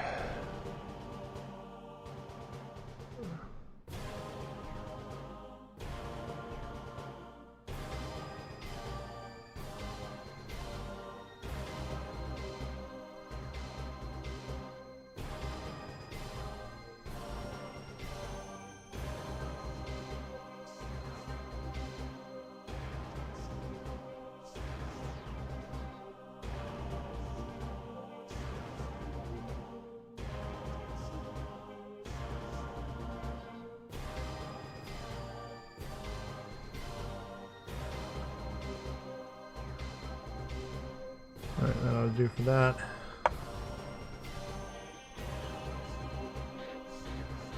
Leave this present back here.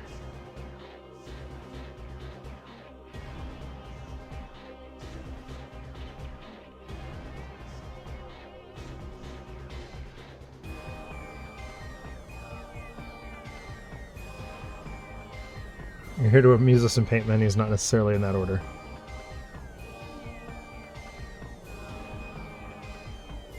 Okay, that helps. Thank you. Puts my mind at rest. Because I don't play enough, I haven't formulated a good strategy for bottom of the ninth. For clarification, Hien, I'm going to assume you're talking about bottom of the ninth, and not the environment card in the Champion Studios deck. I am very much a wild card when I play bottom of the ninth, which drives the Bonzi buddy crazy. He has discovered the hard way that he can neither play with myself nor Jacqueline, because both of us are just complete wild cards. But if I'm actually taking it seriously, I try really aggressively to avoid if I'm pitching, I try very aggressively to avoid using my special pitch at all. And just kind of see where that takes me. I play it like I have a very strong fundamental understanding of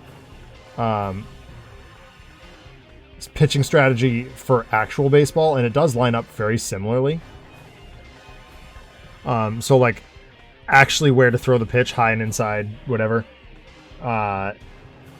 does matter. Which is it's an odd like corner case thing that Chris Kirkman and I discovered when we were demoing the game, and we were very excited about that. Obviously,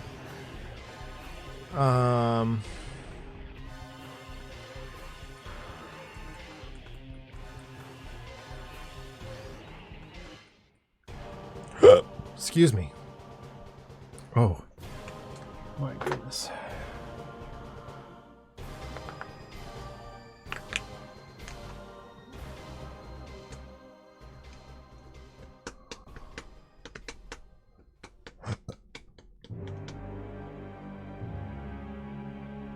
Ow.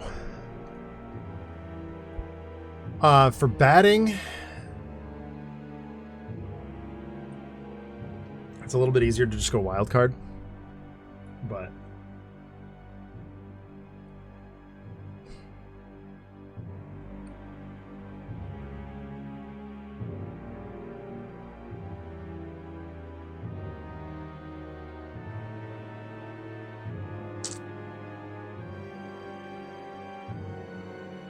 I don't know.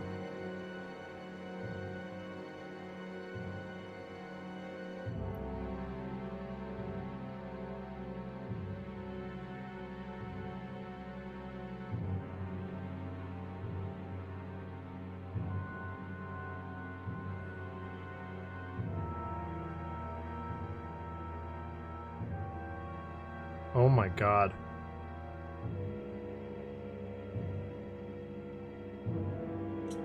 Okay, so remember how I said that how I was asking several of you where your SCRPG stuff was. I just went back through my Facebook memories, just kind of accidentally, because I got an alert and I was like, all right, fine, whatever. 5 years ago today was the first time I saw it. 5 years ago today. Crazy. Crazy, crazy, crazy.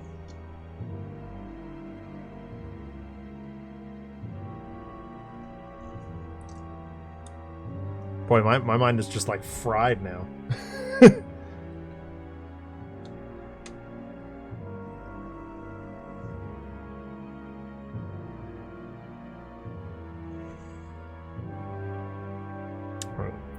While I'm still pondering, am I actually about to mix colors? No, I don't want to. Seems like a terrible idea. I'll do it with a base coat and a layer.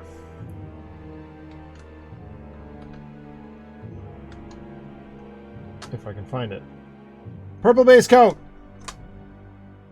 Way down at the bottom. That's not where it's supposed to be. My paint rack took another dive the other day during a D&D game. And now Omnitron? Oh, you're taking on Omnitron? 3x Omnitron, Kirk. Do it. Do it, you won't. Do it, you won't.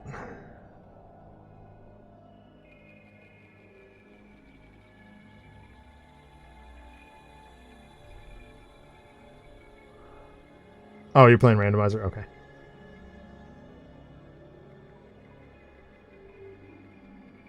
Fair enough. No balls! No, I'm kidding, I'm kidding, I'm kidding.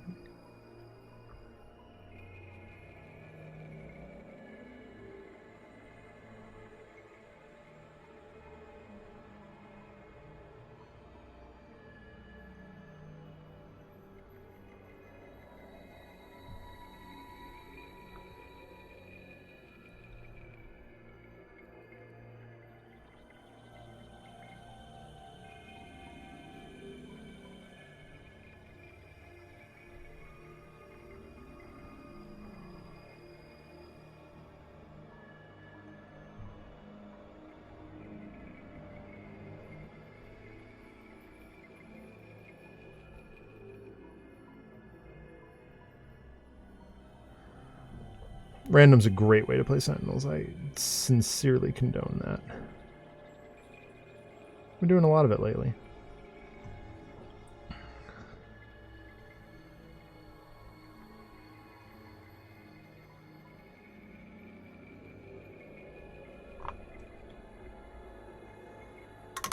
That's the kind of strategy you see in PG League.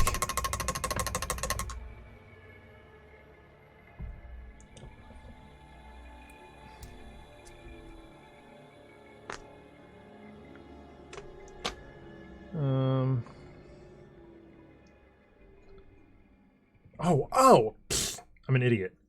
There's an easy way to do this. We're gonna do it with ink wash.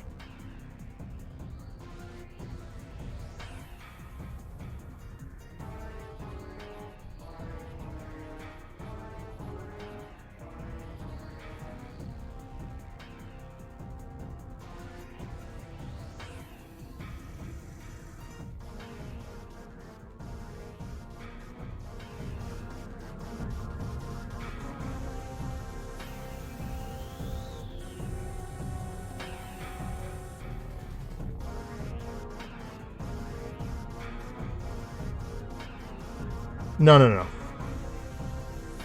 I knew what you meant, RBD.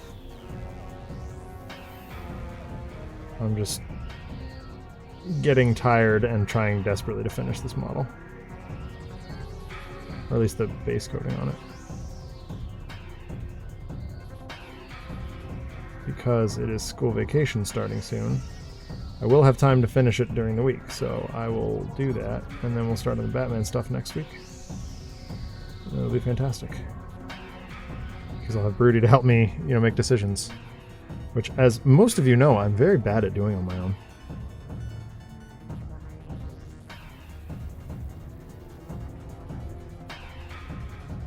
Alright. Null and Oil is a wash, yes.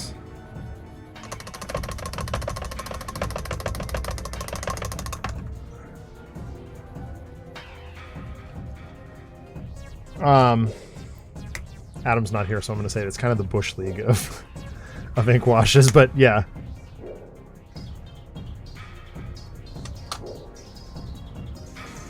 It's a great wash that I use a lot. For a lot of things. There's a lot of things you can do with a lot of money.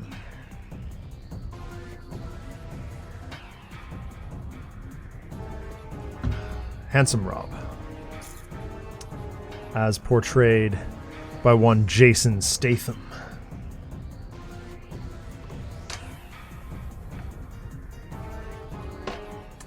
There's the base coat I was looking for. Thousand Suns blue. An even brighter blue.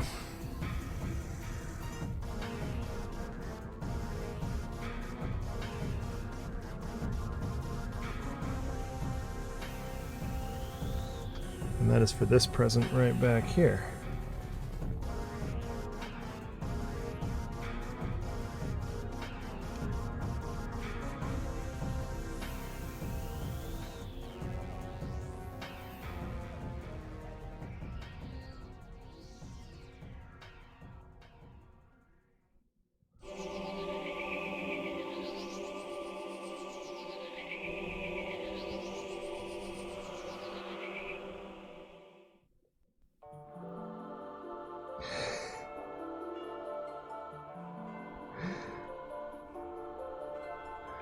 I'm just going to be a little bit miffed at the lack of reaction to the stuff about the first pitch of PJ League being a beanball, or the one about a team getting run through, getting beaten 5 times in a row.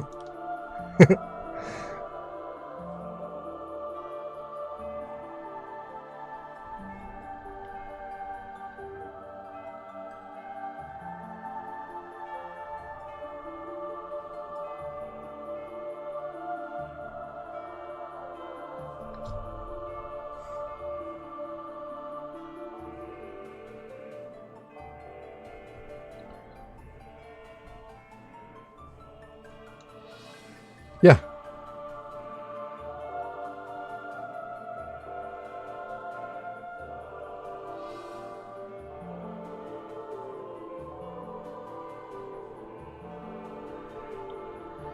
I have a particularly difficult class this year that I'm on recess duty with 2 to 3 times a week.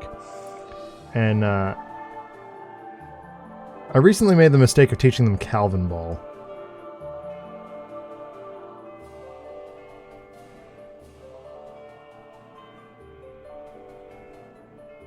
And I say made the mistake because it was entirely by accident. Yes. All the other kids' games are such a bore. They gotta have rules, they gotta keep score. Calvin Ball is better by far. It's never the same, it's always bizarre. You don't need teams or a referee, you know it's great because it's named after that little kid from the Bill Watterson comic. Feel free to harmonize with Hobbs and the Rum-a-Tum-Tums.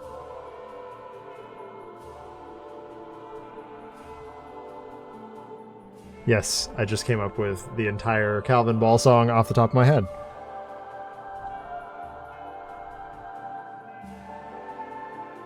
I can also do the I'm Very Sorry song. But I'll spare you that one.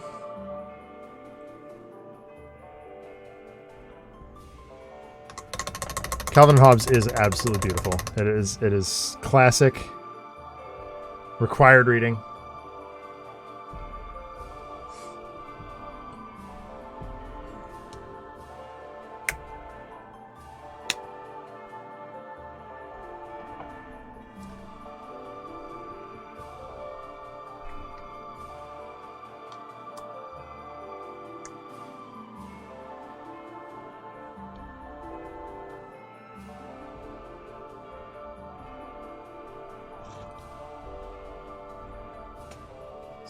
1 second, RPD.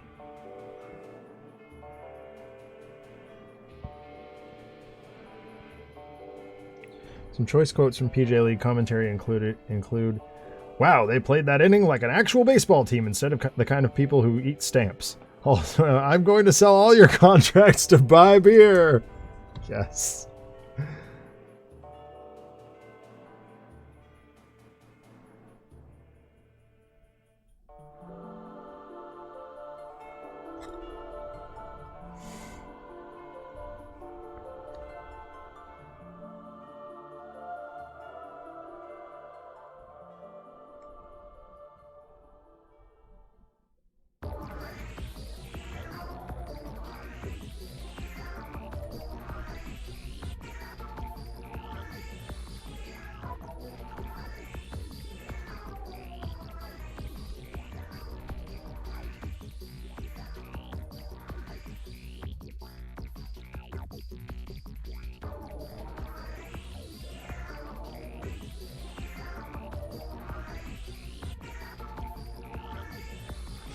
All right.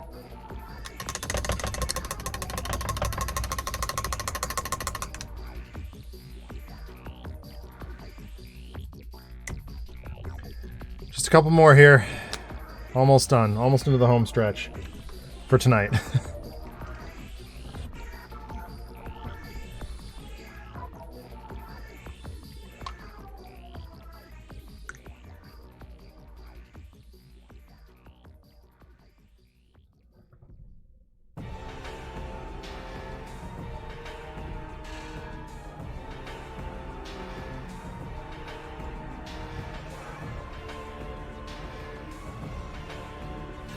Also, there was once an inside the park grand slam where the ball landed on top of the fence and just sat there and only fell back into the park after the runs were done.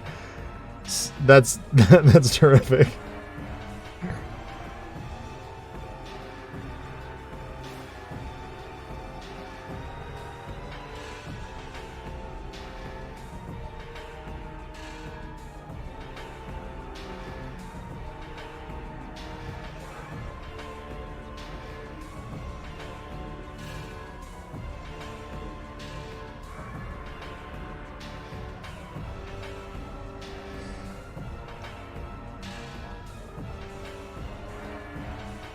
The team deservedly won the season, yeah.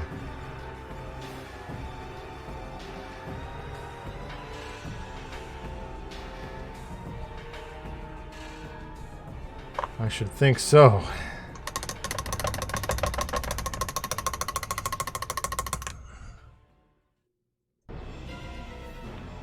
Oh my god. We're so close, I can taste it. I can taste it.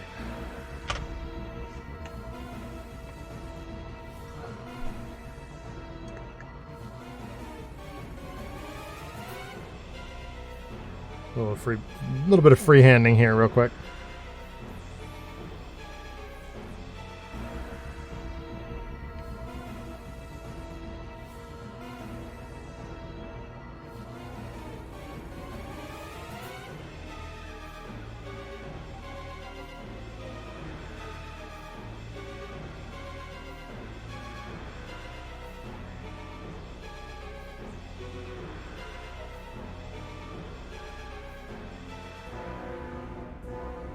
Like I said, kind of looks like a Nerf box. It'll look better when the bolter's done, but...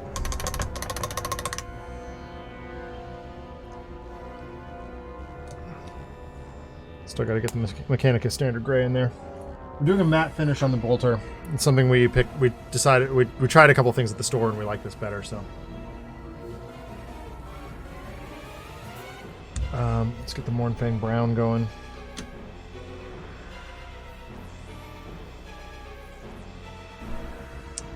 For the booze. That's doable, bro. I'm losing my mind. Where is my mind?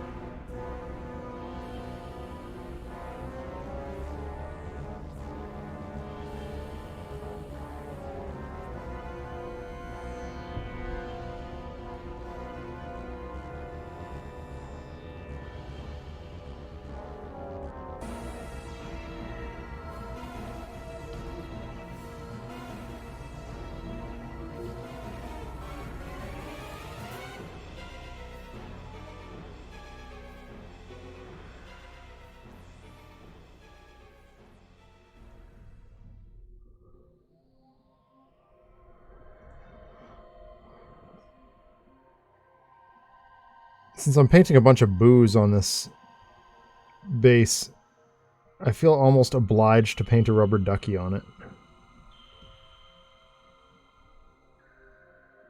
I'm not entirely sure how I'd go about that. So it'll just have to wait.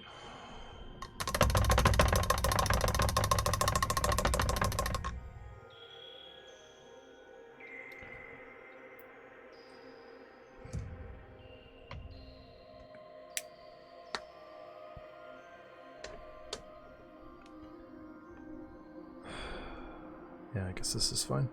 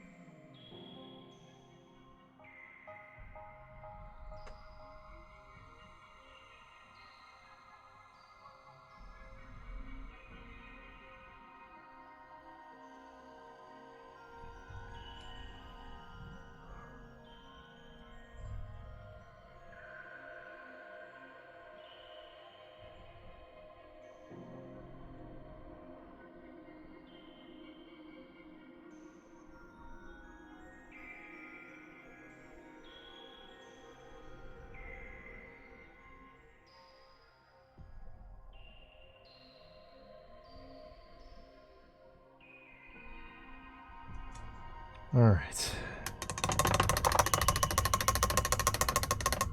2 more tiny little bits. 3 more. And an ink wash, and we'll be good here.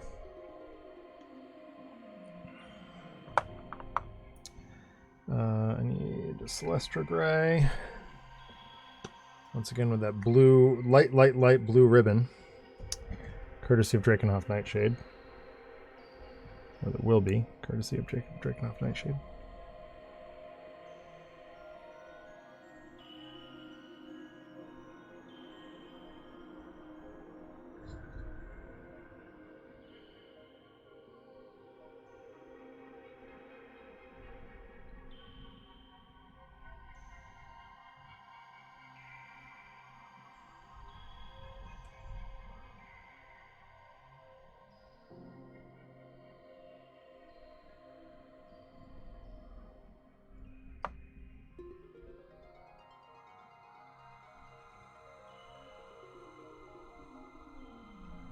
There we go. Oh, there's a tail on this ribbon.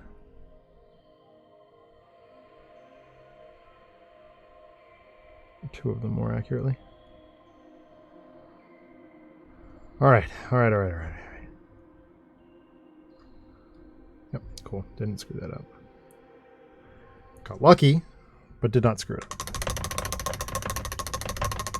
So I kind of bookended tonight's show. To kind of bookend tonight's show, we talked about RiffTrax movies earlier. Are there any where you watched it and immediately went, I need that one on Rift? Okay, so that's kind of a funny story, RPD. Doug and I, my podcast partner, have always loved The Room, as you're well aware. And we saw it untraxed first, the two of us together with my wife. Well, Doug's wife was out of town on a business trip. Doug was bored and called us over, and we watched The Room. And so when we found out that the RiffTrax version of The Room was playing locally, we immediately booked tickets and dragged Jessie with us. And Jessie hated it. Like, she hated every minute of it. Meanwhile, Doug and I were cackling like wolverines the whole time, and quoting along and having an absolute ball. And we were like, okay, no, we probably need to watch this with Jessie unRiffTraxed. Beyond that, I would say, Oh, that's a hard question. Oh my god. I've seen so many that, like, they're... Because it's one of those things, and I'm sure you do it too, that you just turn it on and kind of forget that you're watching it. You can do other things and whatever. So, yeah, that's a tough question. I'll have to think. I'll have to get back to you on that one.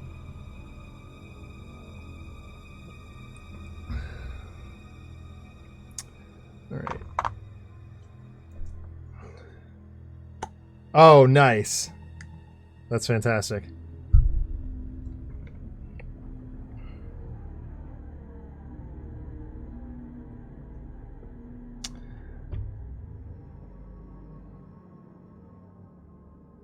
Unless it's gifted to me, I really only sub to Adam and Paul. Because... I don't know, it's just... I'm not on... I don't watch a whole lot of Twitch. Which I know is kind of hypocritical as a streamer, but it's just the way I am. Just don't have a lot of time for it, you know?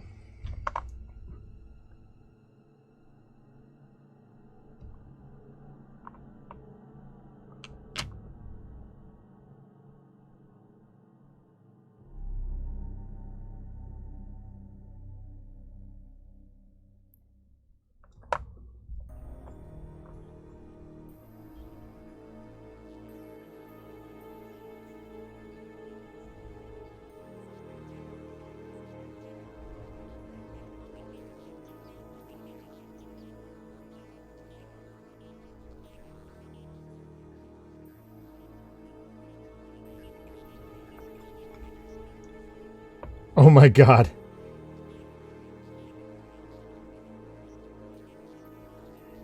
Have they ever done... They must have done Kiss Meets the Phantom at some point. They might have even done that as MST3K.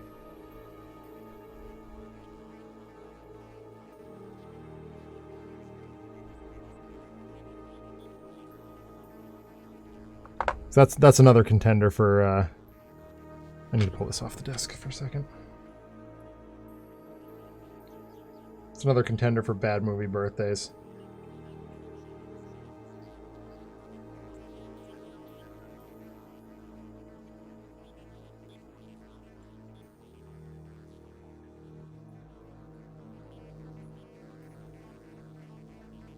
So here's me deviating from the suggestions once again. They want you to do all the runes and stuff in like a brass. I thought that was stupid. I like it better just rock. Because that's what dwarfs are about. They do rock stuff. Rock and roll! I'm tired. Okay. So, I want to throw a couple of different ink washes down here. Actually, oh man, I got patching to do. Boo!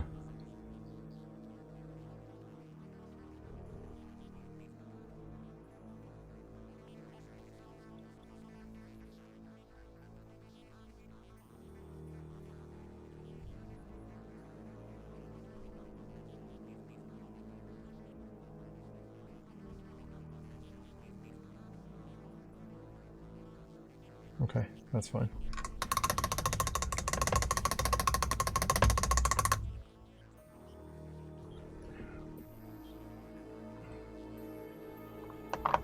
Bust out the big brush and get this done. Where'd the cap go to this brush? Uh-oh. Got two down now? Dang it. Whatever. Alright. Starting with the Agrix Earthshade. Because it's there. Welcome to the time loop. There is no beginning, there is no end, there is only Balloon Land.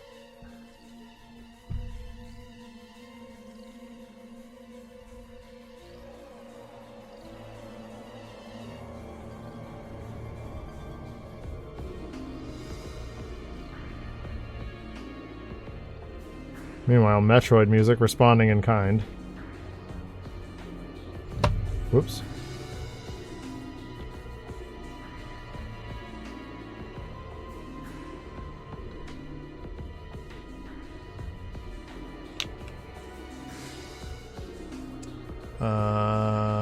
Okay. That's it for that one. Oh, shoot.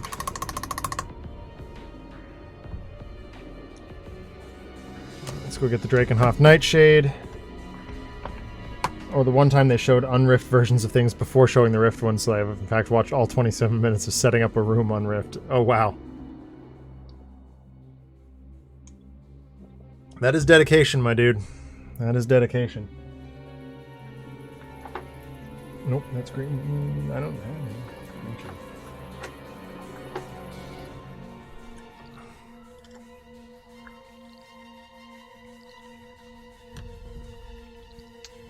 Alright, this one is going over this entire present.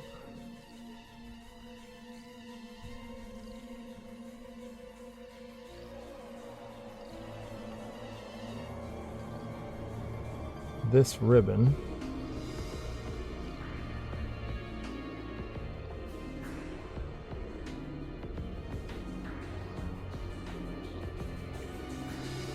This bottle.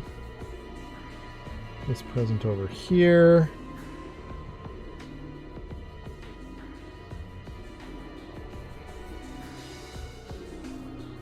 This shield over here.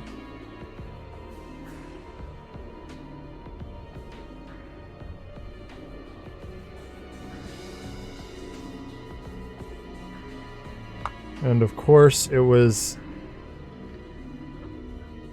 Oh, Miami Connection! Oh my god. Wow. Deep cuts.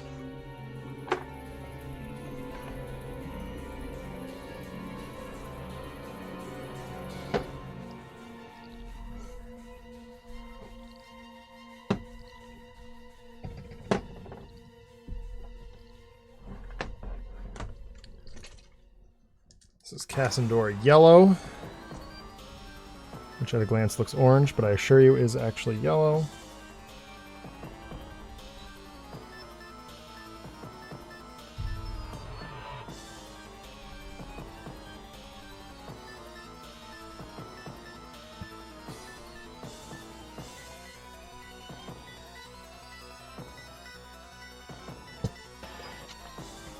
There we go.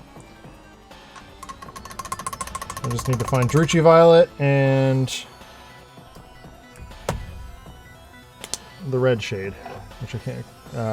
Carisburg Crimson, which is right here. Yeah, I can go for that first, I guess.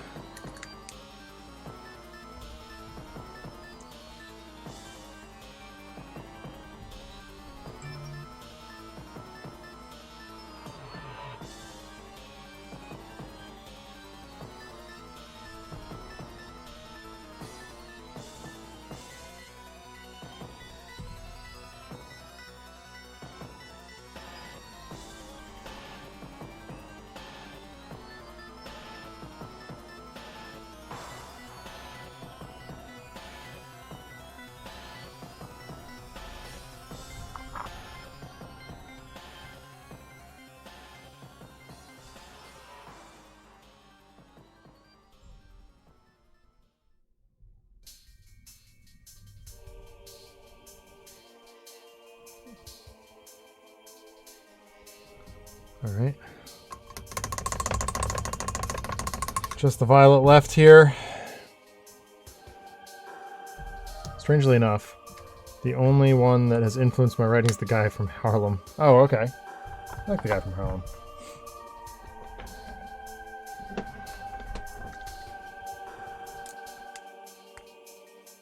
I mean, I don't love it, but it's like fine.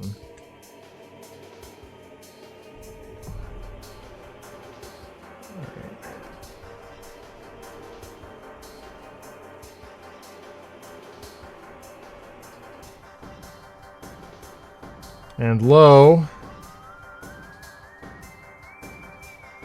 just like that, there is a Nerf box. It's Nerf or nothing. Yo.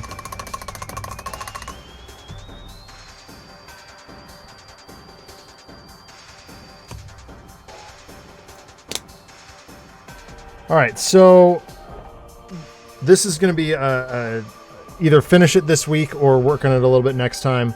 Still got to finish the goblin. I got to finish the cake. I got to do the dry brushing and stuff on the presents, but I think for the most part,